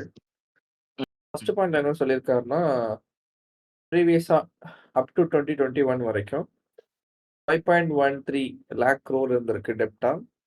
நம்மளோட 2026 மார்ச்ல வந்து அது 10 lakh crore மாறி இருக்கு. ஸோ வந்து மாறினாலுமே முன்னாடி சொன்னபடி தான், கடன் ஏறினாலும் நம்மளோட ஜிஎஸ்டிபி ஏறுனுச்சுங்கிறத அவங்க சொல்ல மறைச்சிட்டாங்க. ஸ்டில் நம்மளோட ஜிஎஸ்டிபி வந்து 28.3 இருக்கு. அதாவது 26 to 28 ஃபிகர்ஸ்குள்ளே தான் இருக்கு. இது வந்து ஆக்சுவலா பாசிட்டிவ் டோன்ல சொல்லியிருக்காரா என்னன்னு கரெக்டா தெரியல நமக்கு சாதகமா. ஆனா இதையும் சொல்லியிருக்காரு. ரெண்டாவதுல வந்து என்ன சொல்லியிருக்காங்கன்னா, இன்ட்ரெஸ்ட் பேமெண்ட்ஸ் 67,000 கோடி இன்ட்ரெஸ்டா மட்டும் பே பண்றோம் அப்படின்னு சொல்லியிருக்காங்க. முன்னாடி 48,000 கோடியா இருந்துச்சு, இப்ப 67,000 கோடியா மாறி இருக்கு. அது வந்து 23% வந்து டோட்டல் ரெவன்யூ ரிசிப்ட்ல இருந்தும் 35% வந்து ஓன் டாக்ஸ் ரெவன்யூல இருந்து போகுது அப்படின்னு ரெண்டாவது சொல்லியிருக்காங்க. ரெண்டாவது பாயிண்ட்ஸ்ல தேர்ட் ஃபைண்டிங் என்ன சொல்லியிருக்காங்கன்னா, ரெவன்யூ டெபிசிட். இதெல்லாம் எப்படின்னா நம்ம 10.5 crore தான். அதுல வந்து 78,000 crores வந்து நமக்கு டெபிசிட்டா இருக்கு, பிசிக்கல் டெபிசிட்டா இருக்கு ஒவ்வொரு வருஷத்துக்கு அப்படிங்கிறத சொல்லியிருக்காங்க. அது என்னன்னா அதோட ஜிஎஸ்டிபி டேலி பர்சன்டேஜ் 2.2% வந்து ஜிஎஸ்டிபி டேலில வருது. அது 35 லட்சம் கோடியில வந்து 78,000 கோடிங்கிறது 2.2% அப்படிங்கிறது அதையும் சொல்லியிருக்காங்க. 4வது என்ன சொல்லியிருக்காங்கன்னா, state own tax revenue GSDP. அதாவது அதோட டெஃபினிஷன் எவ்வளோ வந்திருக்கு? முன்னாடி வந்து 5.93 இருந்துச்சு. இப்போ 5.45 இருக்கு. ஏன்னா வந்து முன்னாடி எவ்ரி 100 ஸ்பெண்டிங்ஸ்க்கு வந்து ரூ. 5.93 வந்து ஸ்டேட்டோட ஓன் டாக்ஸ் ரெவென்யூலேருந்து எடுத்துப்போம். இப்ப வந்து எவ்ரி 100 ஸ்பெண்டிங்ஸ்க்கு வந்து ₹5.45 வந்து ட ஸ்டேட்டோட ஓன் டாக்ஸ் ரெவென்யூல எடுத்திருக்கோம். இதோட இன்கிரீஷனுக்கு காரணம் என்னன்னா, நம்மளோட டெப்டும் அதிகமானுச்சு, நம்மளோட ஜிஎஸ்டிபி அதிகமானுச்சு, நம்மளோட ஆ வாராக்கடன் விகிதமும் அதிகமானனால. சரி, இல்ல இவங்க என்ன சொல்றாங்கன்னா, ஓன் டாக்ஸ் வந்து கொலாப்ஸ் ஆயிருச்சு அப்படின்னு தானே ஆ சொல்றாங்க. அது ஆமா. ஏன் அப்படி சொல்றாங்க? அப்ப நம்ம ஒரு டாக்ஸே ஏன்னா வந்து அது வாங்கலங்கிறாங்களா? ஒரு 0.5% வந்து முன்னாடி ஓன் டாக்ஸ் ரெவென்யூல இருந்து தான் நம்ம கட்டிக்கிட்டு இருந்தோம். ஒவ்வொரு ரூ. 100க்கும் கிட்டத்தட்ட ரூ. ம். 5.93 நம்ம ஓன் டாக்ஸ் ரெவென்யூல செலவு பண்ணிட்டு இருந்தோம். இப்போ ஒவ்வொரு சரி. ரூ. 100க்கும் 5.45 செலவு பண்றோம். கிட்டத்தட்ட 50 ம். காசு வந்து எக்ஸ்ட்ரா கடன்ல வருது. சரி. அதே மாரி 5வது பாயிண்ட் என்ன சொல்லியிருக்காங்கன்னா, நமக்கு வந்து கேப்பிட்டல் எக்ஸ்பெண்டிச்சர் ரேஷியோ வந்து 11.8 மாறியிருக்கு. நம்மளோட ம். இத தான் சொல்றாங்க. எப்படி சொல்றதுன்னா, நம்ம முதல்ல ஒரு அச்சீவ்மென்ட் சொன்னோம்ல. நம்ம 11.11 இதுல டபுள் டிஜிட்ல மூவ் ஆயிருக்கோம் அப்படின்னு. அதான் வந்து இங்க என்எஸ்டிபி. அ என்எஸ்டிபிய சொல்றியா? இல்ல ஆமாமா. Okay, okay. அதான் டிஃபைனா இந்த இடத்துல சொல்லியிருக்காங்க. அதோட ம். டிபேட் லைன் என்னவா இருக்கலாம் அப்டின்னா, சேலரீஸ், பென்ஷன்ஸு அப்புறமேட்டு அதாவது இன்ட்ரெஸ்ட் கன்சியூம் பண்ற எந்த ரிசோர்ஸா இருந்தாலுமே, அது கீழ ஸ்பேஸ் ரேஞ்ச் கீழ வருது. அப்படிங்கிறத அந்த இடத்துல சொல்லியிருக்காங்க. 6வதா என்ன சொல்லியிருக்காங்கன்னா, நமக்கு வந்து 13.18 கோடி ஒரு 13.18 லட்சம் கோடி வந்து கடனா இருக்கு. இது வந்து தமிழ்நாட்டுக்கு வந்து பிரச்சனையா இருக்கு அப்படின்ருக்காரு. கிட்டத்தட்ட 6 பாயிண்ட்டுமே ஒரே விஷயம் தான். தமிழ்நாட்டுல கடன் இருக்கு அப்படின்னு. ஆனா அவங்க எங்க தவறுறாங்கன்னா, நம்ம வந்து இத என்ன பண்ண போறோம்? நம்ம இத வந்து எப்படி அட்ரஸ் பண்ண போறோம்? நான் இதுக்கு என்ன வகையான சொல்யூஷன் கொண்டு வரப்போறேன்? இத வந்து எந்தெந்த இடத்துல கை வச்சு எத எத டைட் பண்ண போறேன்? அப்படிங்கிறத அவங்க வந்து பேச தவறுறாங்களா? இல்ல யோசிக்கவே தவறுறாங்களா? அப்படிங்கிறது இல்ல அதான் சொன்னாங்களே நலத்திட்டங்கள்லாம் வந்து நிறுத்த போறோம்ன்னு. அவ்வளவு இல்ல நலத்திட்டம் அவங்க வந்து இதுல நலத்திட்டம் இது பண்றேன்ட்டு பர்ப்போஸ் ஆஃப் த தேர்தல் இல்ல வாக்குறுதியில குடுத்துட்டு பர்ப்போஸ் ஆஃப் த ஒயிட் பேப்பர்ன்னு அவங்க ஒரு பேராகிராஃப் குடுத்துருக்காங்களே. அதுல என்ன சொல்லியிருக்காங்க அவங்க? சரி ஓகே. இந்த purpose of the white paper அப்படின்னு ஒண்ணு சொல்லியிருக்காங்க.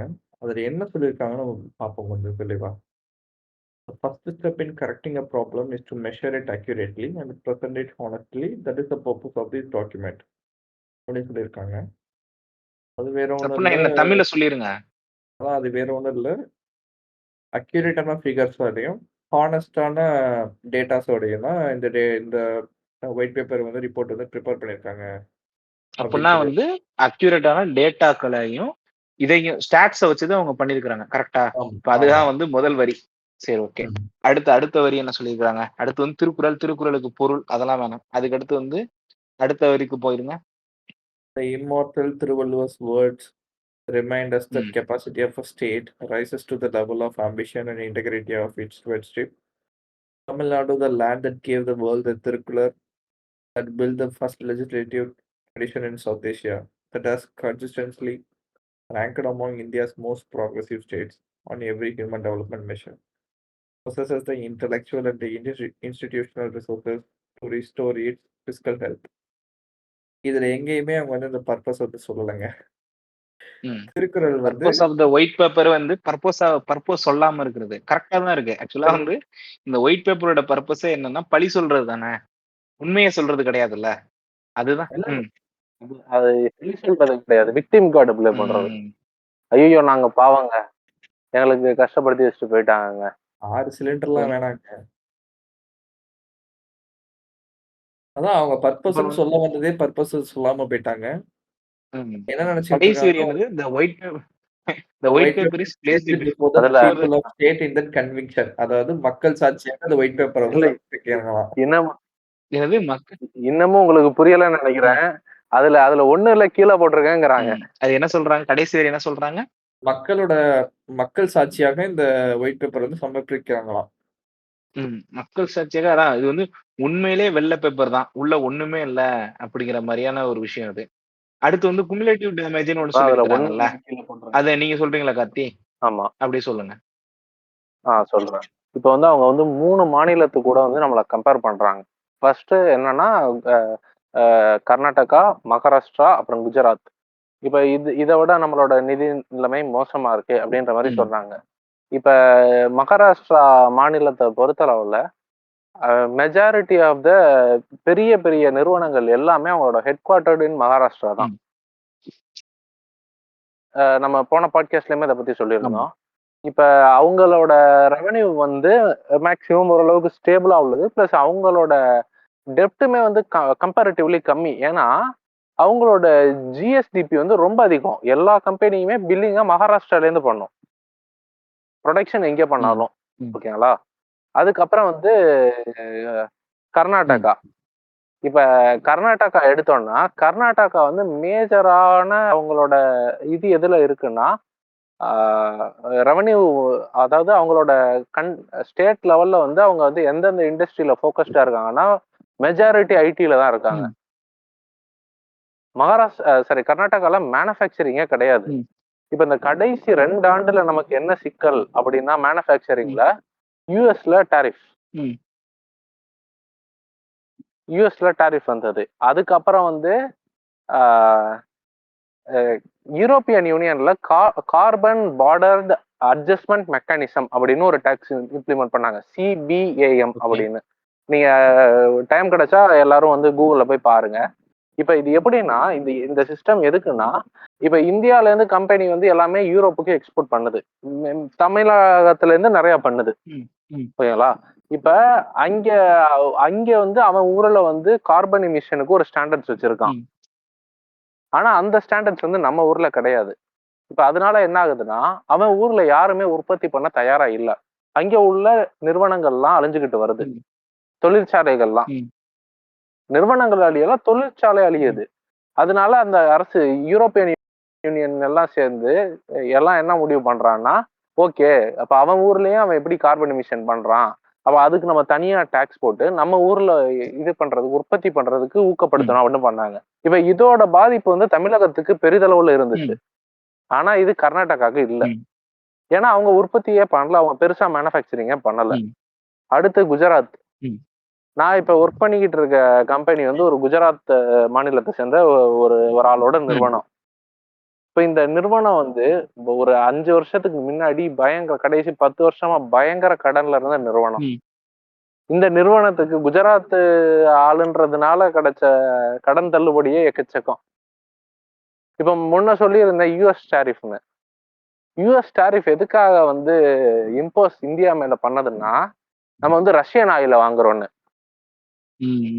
ரஷ்யன் ஆயில யார் வாங்கினதுன்னா ரிலையன்ஸ் நிறுவனம் வாங்கினது. இந்த ரிலையன்ஸ் நிறுவனத்தோட முதலாளி வந்து குஜராத்தை சேர்ந்தவர். இப்ப உங்களுக்கு புரியும் எல்லாத்தையும் ஒரு கோட்டை போட்டு பாத்தீங்கன்னா எதனால இது 3 வந்து இதா இருக்கு அப்படின்னு, குஜராத் வந்து முன்னிலையில இருக்கு அப்படின்னு.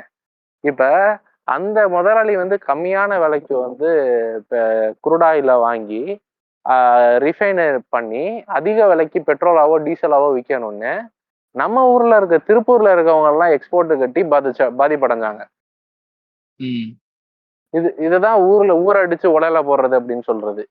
ஒரு ஆளுக்கு உதவி பண்றேன், ஒரு இவ்வளவு பெரிய முதலாளிக்கு உதவி பண்ணிக்கிட்டு, நம்ம திருப்பூர் மக்களா இருந்தீங்கன்னா உங்களுக்கு தெரியும், கடைசி ஒரு 2 ஆண்டுகளா வந்து உங்களுக்கு தொழில் எந்த அளவுக்கு நம்மகிட்ட இருந்து இந்த அப்பேரல்ஸ் பிசினஸ் வந்து பங்களாதேஷுக்கு போகுதுன்னு உங்களுக்கு நல்லா தெரியும்.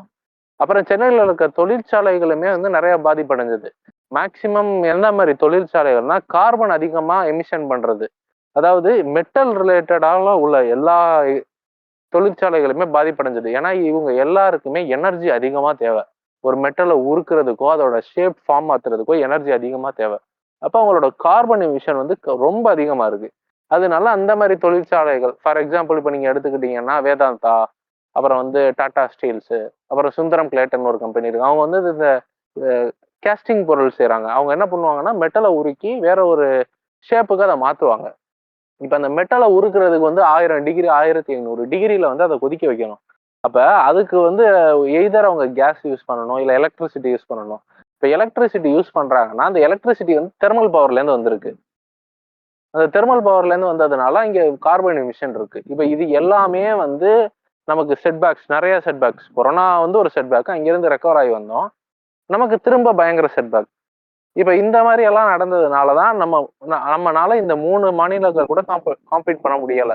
இப்ப இதை தாண்டி வேற எந்த மாநிலங்களையும் அவங்க ஏன் குறிப்பிடல? ஏன்னா இவங்க காம்படிட்டிவ் அட்வான்டேஜ் இருந்தா மாநிலங்கள் இது 3மே. அது கூட எடுத்துட்டு கம்பேர் பண்ணிக்கிட்டு இருந்தா இது இப்படி. இப்ப ஒரு பணக்கார ஒரு வீட்டு பையன் இருக்கான், அவன் வந்து எம்பிபிஎஸ் சீட்டை வந்து காசு கொடுத்து வாங்கி படிக்கிறதும், ஒரு ஏழை வீட்டுல இருந்து ஒரு பையன் நீட்டு படிச்சு பாஸ் பண்ணி கஷ்டப்பட்டுக்கிட்டு இருக்கிறத நம்ம ஒன்னா சொல்ல முடியுமா? அவன் ஜெயிச்சுட்டான்னு. பணக்கார வீட்டுல உள்ள பையன் பணம் இருந்ததுனால அந்த மாதிரிதான் இருக்குது அப்பாக்கியல்ல. அவங்க வந்து காம்படிட்டிவ் அட்வான்டேஜ் அவங்களுக்கு இருக்கு. நமக்கு வந்து காம்படிட்டிவ் அட்வான்டேஜ் ஏன் இல்லைன்னா கரண்ட் ஜியோ பொலிட்டிக்கல் சினாரியோ வந்து நமக்கு காம்படிட்டிவ் அட்வான்டேஜ் தரல.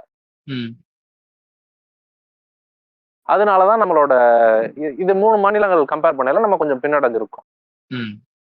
முதல்ல வந்து நான் என்ன சொல்றேன்னா, அவங்க எதுல பின்னடைவு அடைஞ்சிருக்குன்னு சொல்றாங்க அவங்க? பிசிக்கல் டெபிசிட்ல. சரி, பிசிக்கல் டெபிசிட்னா என்ன? பிசிக்கல் டெபிசிட்னா வரவுக்கும் அதாவது செலவுக்கும் உள்ள டிஃபரன்ஸ் தான் பிசிக்கல் டெபிசிட். நம்ம என்ன மாதிரியான ஸ்கீம்ஸ் கொடுத்துக்கிட்டு இருக்கோம் மக்களுக்கு? கம்பேரிட்டிவ்லி மக்களுக்கு நம்ம இலவசங்களா கொடுக்கக்கூடிய, மக்களோட உரிமைகளா கொடுக்கக்கூடிய விஷயங்கள் அவங்கள கம்பேர் பண்ணும்போது நம்ம என்னெல்லாம் பண்ணிக்கிட்டு இருக்கோம் அப்படின்னு ஒண்ணு இருக்குல்ல.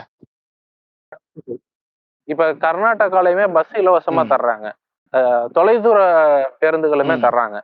ஆனா இந்த அமௌண்ட் தர்றாங்களான்றது எனக்கு சந்தேகம். மத்திய பிரதேசல தர்றாங்க, ஓரிரு மாநிலங்கள்ல இப்ப தர ஆரம்பிச்சிருக்காங்க. அது எந்த அளவுக்கு நான் அந்த அளவுக்கு டீப்பா நான் இது பண்ணல.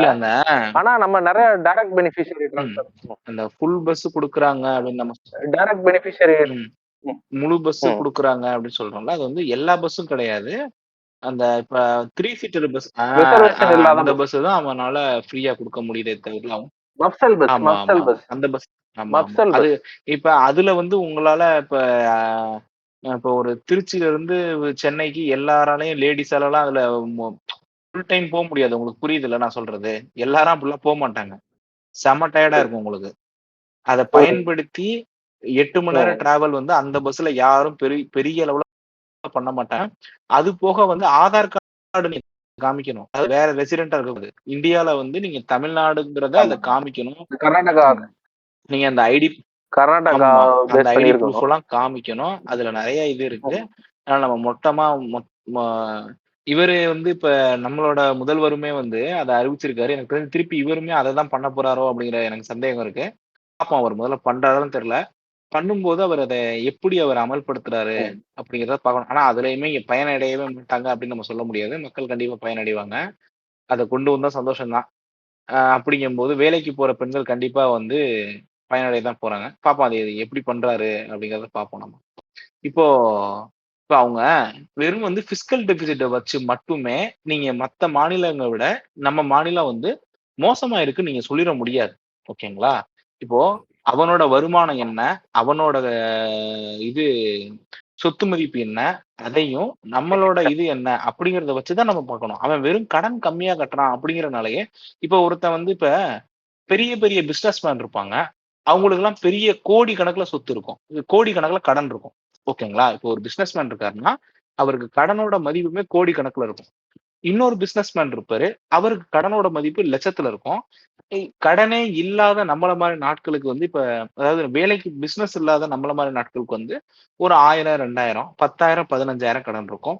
ஒரு சிலருக்கு கடனே இல்லாமலும் இருக்கலாம். இப்போ அதுக்காக நம்ம நல்ல ஸ்ட்ராங்கான எப்படி சொல்றது, ஸ்ட்ராங்கான ஒரு பினான்சியல் ஸ்டேட்டஸ்லயும் அந்த பணக்காரன் இருக்கான்ல, கோடியில கடன் வச்சிருக்கவன் வந்து ரொம்ப கஷ்டப்பட்டுக்கிட்டு இருக்கான்னு அர்த்தமா? அப்படி கிடையாது. ஏன்னா இப்ப இது பாரிசாலன் போன்ற ஆட்கள்லாம் வந்து நான் பாக்குறேன். அவன் வந்து கம்மியா கடன் வச்சிருந்தாலும் அவன் வந்து கம்மியா கடன் வச்சிருக்கிறான். அதனால அவன்கிட்ட கம்மியா ஜிஎஸ்டிபி இருக்கு. நீ வந்து அதிகமா கடன் வச்சுட்டு நீ அதிகமா ஜிஎஸ்டிபி வச்சு என்ன பிரயோஜனம் அப்படிங்கிற மாதிரியான ஒரு கேள்வியை உண்டு பண்றாங்க. அது வந்து எவ்வளவு பெரிய முட்டாள்தனமான கேள்வி. அதை மக்களை வந்து எப்படி முட்டாளாக்குறதுக்கான கேள்வி. இப்படி ஒண்ணு இருக்குல்ல. இல்ல அதுதான் இப்ப இப்படி கேக்குறவங்க எல்லாமே போய் எண்ட் ஆஃப் த டே வந்து அமெரிக்கா எம்பசி வாசல்ல தான் நிக்கிறாங்க. எல்லாம் அமெரிக்காவுக்கு ஓடி போகணும்னு தான் நினைக்கிறாங்க. அப்ப அமெரிக்காவை பத்தி கேட்க மாட்டேங்கிறாங்க. அமெரிக்காவோட டெப்ட் டு ஜிஎஸ்டிபி ம். எவ்வளவு அப்படின்னு அதை ஆய்வு பண்ண மாட்டாங்க. ம். சும்மா அது எல்லாரும் போய் ஆனா கடைசி அமெரிக்கா எம்பசி வாசல்ல தான் நிக்கிறான். ம். எதுக்கு அமெரிக்கா போக இப்ப விருப்பப்படுறான்? அமெரிக்கான்னு சொல்றோம். அமெரிக்காவோட ஜிடிபி என்ன? அமெரிக்காவோட இது இது டெபிசிட் என்ன? இதெல்லாம் ஒரு விஷயம் இருக்குல்ல. இப்ப அமெரிக்காவை எடுத்துக்கிட்டீங்கன்னா, ஆமா. அமெரிக்கா இப்ப வந்து ஆ பிப்ரவரி 11, 2026 யுஎஸ் காங்கிரஷனல் பட்ஜெட் ஆஃபீஸ் அவங்க வந்து ரிலீஸ் பண்ண த பட்ஜெட் அண்ட் எக்கனாமிக் அவுட்லுக் 2026-36 இந்த இதுல வந்து அவங்க வெளியிட்டிருக்காங்க. அதுல என்ன சொல்லியிருக்காங்கன்னா, அமெரிக்காவோட ஜிடிபி வந்து 30 டு 31 ட்ரில்லியன். அவங்க ஃபெடரல் பேங்க்ல அவங்களோட டெப்ட் மட்டும் எவ்வளவுன்னா 36 டு 37 ட்ரில்லியன். அதே நேரம் வந்து இந்த டெப்ட் டு ஜிடிபி ரேஷியோ எவ்வளவு இருக்குன்னு பாத்தீங்கன்னா 120 டு 125%. அதாவது அவங்க ஜிடிபியோட 20ல இருந்து 25% அதிகமா நூத்துக்கும் மேல அதாவது வந்து அவங்கள்ட்ட வந்து 5 லட்சம் தான் அவங்களோட சொத்து மதிப்பே 5 லட்சம் தான். ஆனா அவங்க கடன் வந்து 7 லட்சம் அப்படிங்கிற மாதிரி அவங்க கடன் வச்சிருக்கிறாங்க. ஓகேங்களா? இப்போ நம்ம நம்ம நம்ம நம்ம ஸ்டேட்டோட டெப்ட் டு ஜிடிபி ரேஷியோ இவங்க எவ்வளவு சொல்லி பயமுறுத்துறாங்க மக்களை? 28.3%. அதானே? 28.3% வந்து நமக்கு கடன் கொடுக்கக்கூடிய அந்த நிதி ஆயோக் வந்து அனுமதிக்கப்பட்ட பர்சன்டேஜுக்கு உள்ளுக்குள்ளதான் இருக்கு, அடங்கிதான் இருக்கு. நம்ம அந்த கடன், அதாவது ஒரு சேஃப் ஜோன்ல தான் நம்ம இருக்கிறோம். ஆனா அமெரிக்காங்கிற ஒரு நாடே வந்து அவங்களோட சொத்து மதிப்பை விட 20ல இருந்து 25% அதிகமா வந்து ரேஷியோல அவங்க கடன் வச்சிருக்காங்க. சரி, அவங்களுக்கு வருவாய் எவ்வளவு அப்படின்னா 5.2ல இருந்து 5.5 ட்ரில்லியன். அதே மாதிரி அமெரிக்கா வந்து இந்த கடனை வந்து அவங்க எதுக்கு வாங்குறாங்க அப்படின்னா, சும்மா வெறுமனே வாங்கி வந்து அவங்க வந்து இப்ப சிங்கப்பூர் வந்து கடன் வாங்குவோம். கடன் அவங்களுக்குமே வந்து இதே மாதிரி 100க்கு மேல இருக்கு. ஆனா அந்த கடனை என்ன பண்ணுவாங்க அப்படின்னா, அவங்க வந்து டெவலப்மெண்ட்ஸ்க்கு யூஸ் பண்ணுவாங்க. ஆனா வந்து இவங்க வந்து நம்ம ஸ்டேட் மேல வச்ச வந்து இவங்க பண்ணக்கூடிய செலவுகளுக்கே வந்து கடன் வாங்கி தான் செலவுகள் பண்றாங்கங்கிறாங்க. அமெரிக்காவும் அதே மாதிரிதான் அவங்க பண்ண வேண்டிய செலவுகளுக்கே அவங்க கடன் வாங்கி தான் அவங்களால செலவு பண்ண முடியும். ஏன்னா அவங்களோட செலவு வந்து 7 டு 7.3 ட்ரில்லியன். அதாவது அவங்களோட பிசிக்கல் டெபிசிட் இப்ப வந்து 1.8ல இருந்து 2 ட்ரில்லியன் வரைக்கும் அவங்களுக்கு வந்து கடன் இது இருக்கு. அதாவது பிசிக்கல் டெபிசிட் இருக்கு.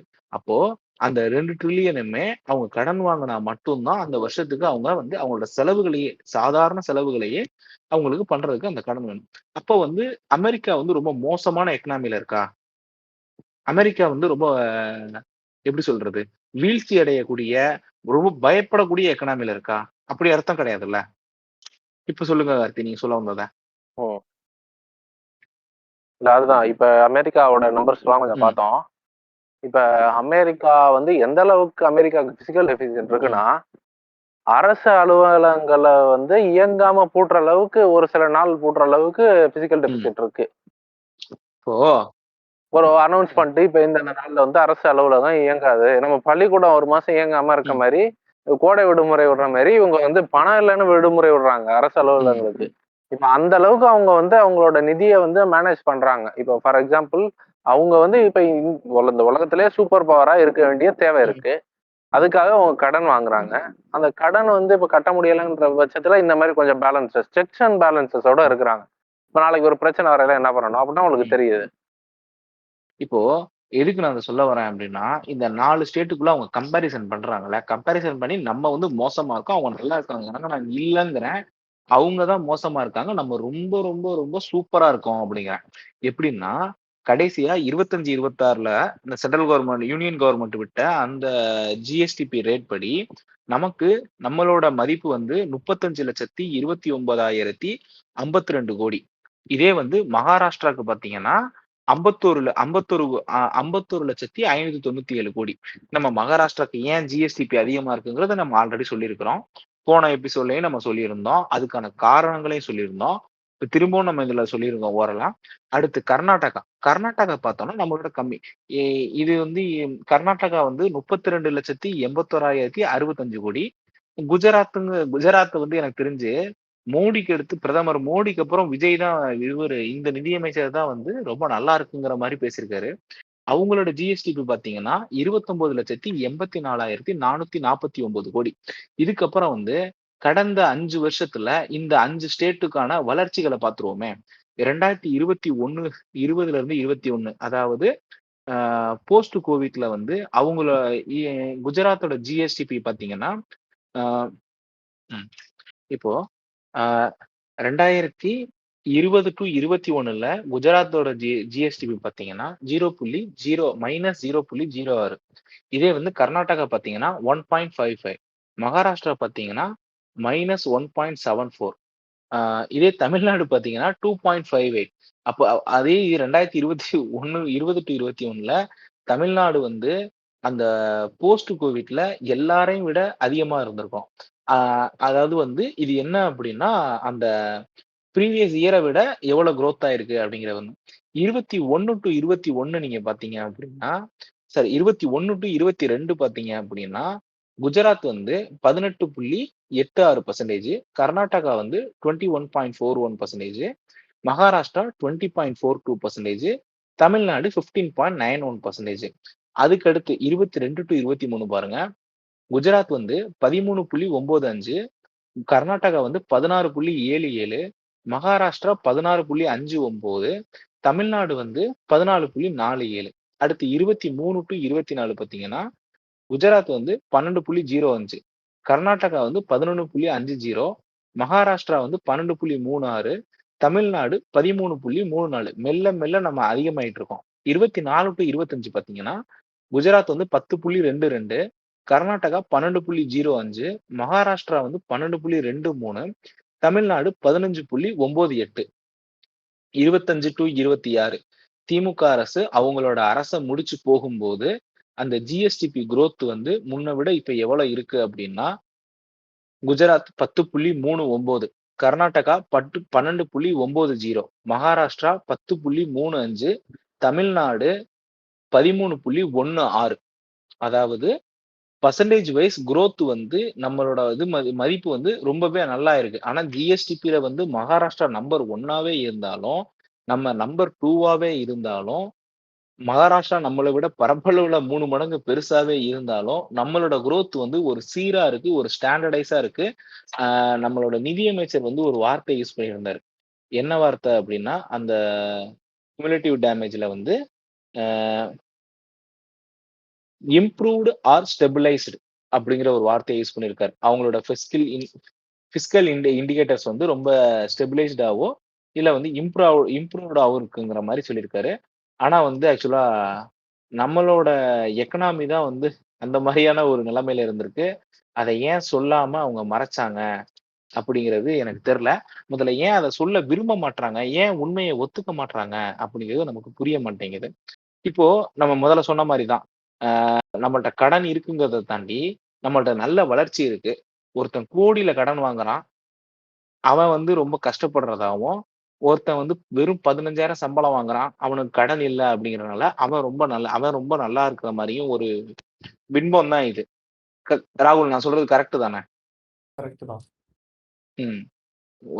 நம்ம முதலே இப்ப வந்து அம்பானிக்கு வந்து எத்தனையோ கோடிகள் கடன் இருக்கு, அம்பானி அதானிகளுக்கெல்லாம். அப்ப அவங்க ரொம்ப கஷ்டப்படுறாங்க. என்னங்க அவங்க என்னங்க அவங்களோட பினான்சியல் ஸ்டேட்டஸ் இவ்வளவு மோசமா இருக்கு பாருங்க. அவங்க வந்து இத்தனை கோடி கடன் வச்சிருக்காங்க. அப்ப இவங்க எவ்வளவு ஆபத்துல இருக்காங்க பாருங்க அப்படின்னு சொல்லிட்டு அடுத்து என்ன சொல்றாங்கன்னா ஒரு ஒரு கார்பரேட் எம்ப்ளாயி ஒரு 50,000 சம்பளம் வாங்கிட்டு இருக்கான், அவனுக்கு கடனே இல்லை அப்படிங்கறதுனால நீ ரொம்ப சூப்பரா இருக்கடா அப்படின்னு சொல்றது வந்து மக்களை எவ்வளவு அழகா அவங்க திசை திருப்புறாங்க, எவ்வளவு அழகா அவங்க முட்டாளாக்குறாங்க அப்படிங்கிறதுக்கு ஒரு உதாரணம்.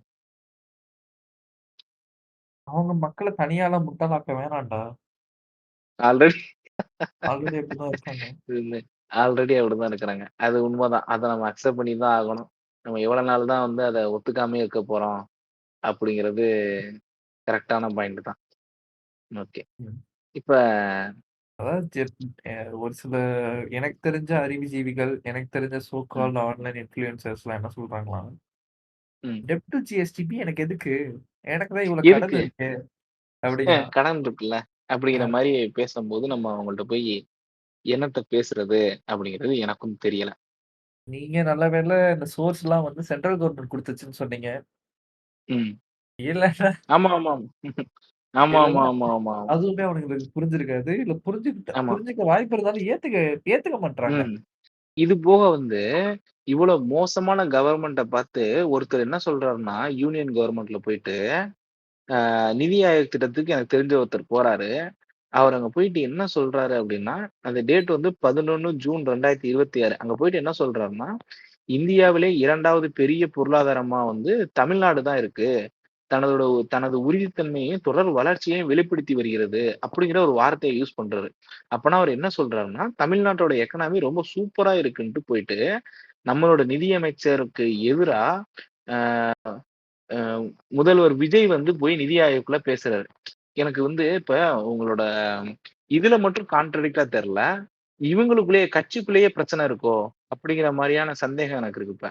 ஏன்னா, இவரு ஒண்ணு சொல்றாரு. அதே நேரத்துல வந்து அங்க இருந்த நிதி அமைச்சகத்தோட அந்த செயலர் வந்து அதே பேட்டியில சொல்றாரு. அவங்க போன ஆட்சியில வந்து ரொம்ப நிதிய வந்து கரெக்ட்டா தான் யூஸ் பண்ணியிருக்காங்க. தப்பா எதுவும் யூஸ் பண்ணல. அப்படிங்கிற ஒரு வார்த்தைய சொல்றாரு. இவர் ஆனா என்ன சொல்றாருன்னா, ரொம்ப கஷ்டப்பட்டுருக்காங்க அப்படிங்கிறத திருப்பி நிதியமைச்சர் சொல்றாரு. இப்போ நிதியமைச்சரோட எல்லாரும் சண்டையா இருக்கிறாங்களா? இல்ல நிதியமைச்சருக்கும் அவங்களுக்கும் எதுவும் பிரச்சனையா அப்படிங்கிறது தெரியல. ஏன்னா முதல்வரே வந்து பொருளாதாரம் நல்லா இருக்குங்கிறாரு. நிதியமைச்சர் வந்து நல்லா இல்லங்கிறாரு. அ அதனால எனக்கு வந்து ரொம்ப குழப்பமா இருக்கு. அவங்களுக்குள்ளேயே எதுவும் பிரச்சனை இருக்குமோ? அப்படிங்கிற மாரி. ஓகே. அதுலயும் இப்ப கொடுமை என்னன்னா, இவங்க ம். எல்லாருக்கும் இவங்க 2 பேருக்குமே சம்மந்தம் இல்லாம ஒருத்தவங்க பேசுறாங்க. ம். 10,00,000 கோடி ஒருத்தங்க எடுத்துட்டு வீட்டுக்கு போயிட்டாங்க அப்படின்னு. எடுத்துட்டு அவங்கள போயிட்டாங்க. என்ன கணக்குல எடுத்துட்டு போயிட்டாங்க. சேர்த்துக்கிறதுன்னு வேற தெரியல. அவங்கள உங்களால எந்த கணக்குலயுமே சேர்த்துக்கவே முடியாது. அவங்க இளைஞர். அவங்க அப்படிதான் இருப்பாங்க. ம். ஒரே ஒரு வாய்ப்பு குடுங்க அப்படிங்கிறாங்க. எதுக்குங்க ம். அப்படின்னா, இஷ்டத்துக்கு சொல்லிட்டு இருக்கு. ம். அதாவது ம். கன்க்ளூஷன்னா, நார்மலா என்ன சொல்லுவாங்கன்னா, எங்க இந்த எக்ஸிஸ்டிங் ஃபண்ட் மேனேஜ்மென்ட்ல வந்து இவ்வளோ ஓட்டைகள் இருக்கு. நாங்க வந்து இதெல்லாம் ம். சரி செய்வோம் அப்படின்னு சொல்லணும். ம். இதுக்கு தான் பிடிஆர் வந்து என்ன பண்ணாருன்னா, நமக்கு வந்து ஒரு கியூஆர் கோட் சிஸ்டம் கொண்டு வந்தாரு. டாஸ்மாக்ல. இது ஒரு எக்ஸாம்பிளா தான் சொல்றேன். பட் நெறைய ம். செயல் திட்டங்கள் செஞ்சாரு அவரு. இது ஒரு எக்ஸாம்பிளா ம். சொல்றேன்.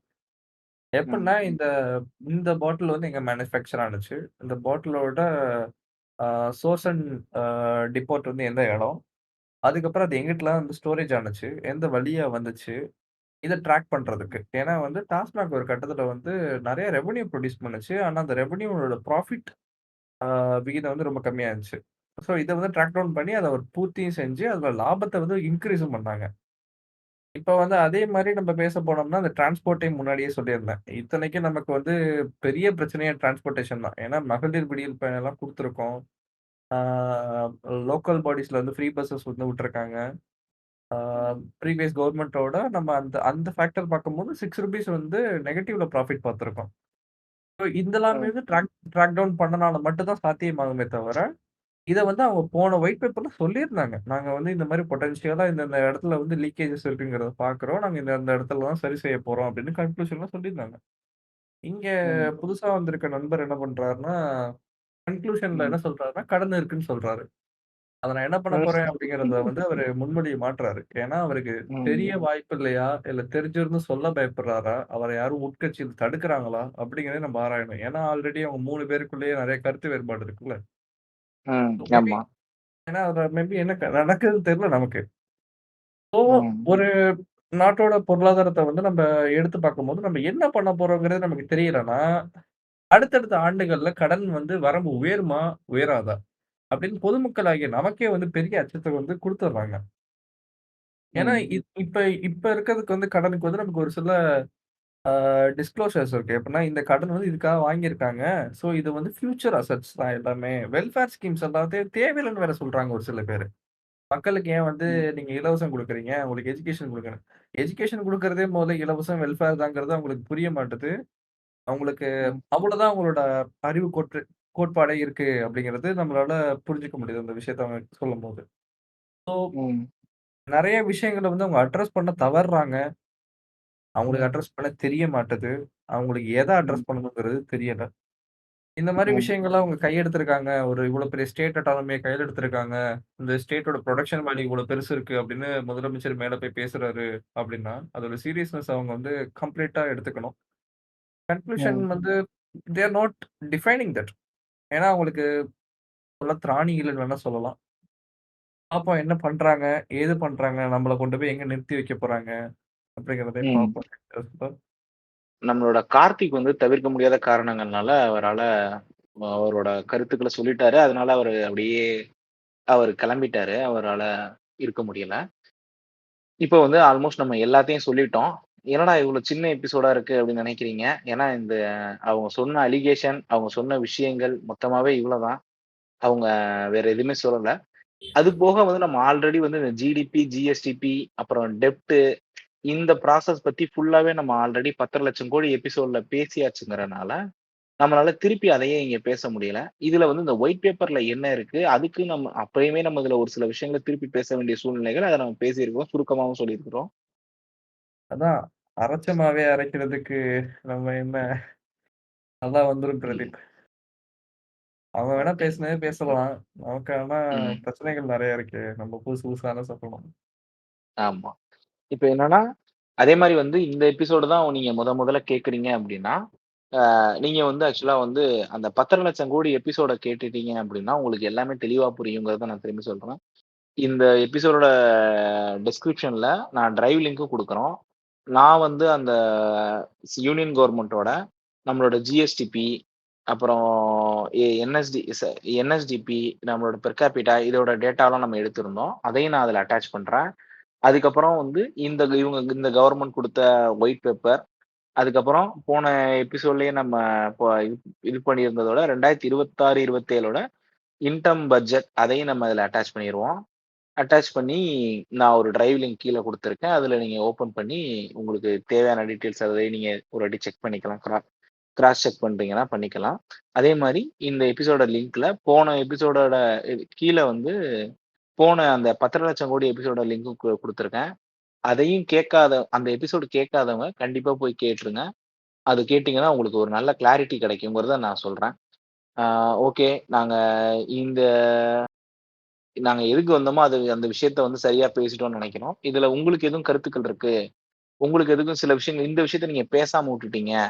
ஆ அப்புறம் வந்து வேற சில விஷயங்கள் நீங்க பேசுங்க அப்படிங்கிற விஷயத்தையும், அப்புறம் இந்த எபிசோடுக்கான ஃபீட்பேக்கையும் என்னோட Instagram பேஜ்லயும், இல்ல வந்து இந்த நீங்க Spotify யூசரா இருக்கீங்க அப்படின்னா, இதிலேயே இருக்க அந்த கமெண்ட் செக்ஷன்லயும் உங்களோட கருத்துக்கள நீங்க சொல்லலாம். உங்களோட கேள்விகள நீங்க கேட்கலாம்.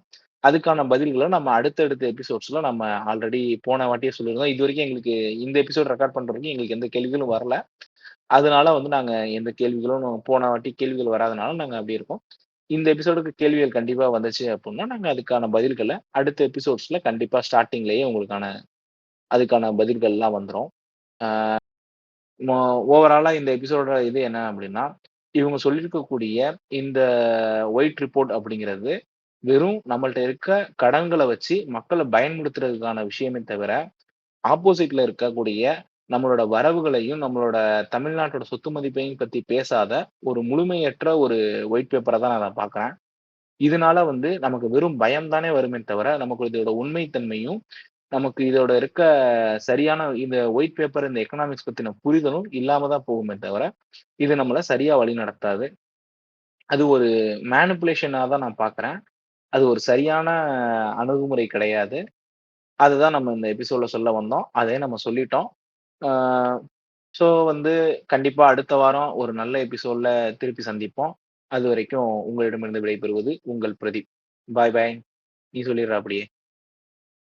மக்களே நன்றி. வாய்ப்பு தந்தமைக்கு. ஒரு இன்ட்ரஸ்டிங்கான ஒயிட் பேப்பர் ரிப்போர்ட்ட பத்தி பேசியிருக்கோம். அடுத்த அடுத்தடுத்த வாரங்கள்ல அடுத்தடுத்த இன்ட்ரஸ்டிங்கான டாபிக்ஸ் வந்து நம்ம பேசி கவர் பண்ணுவோம். நன்றி.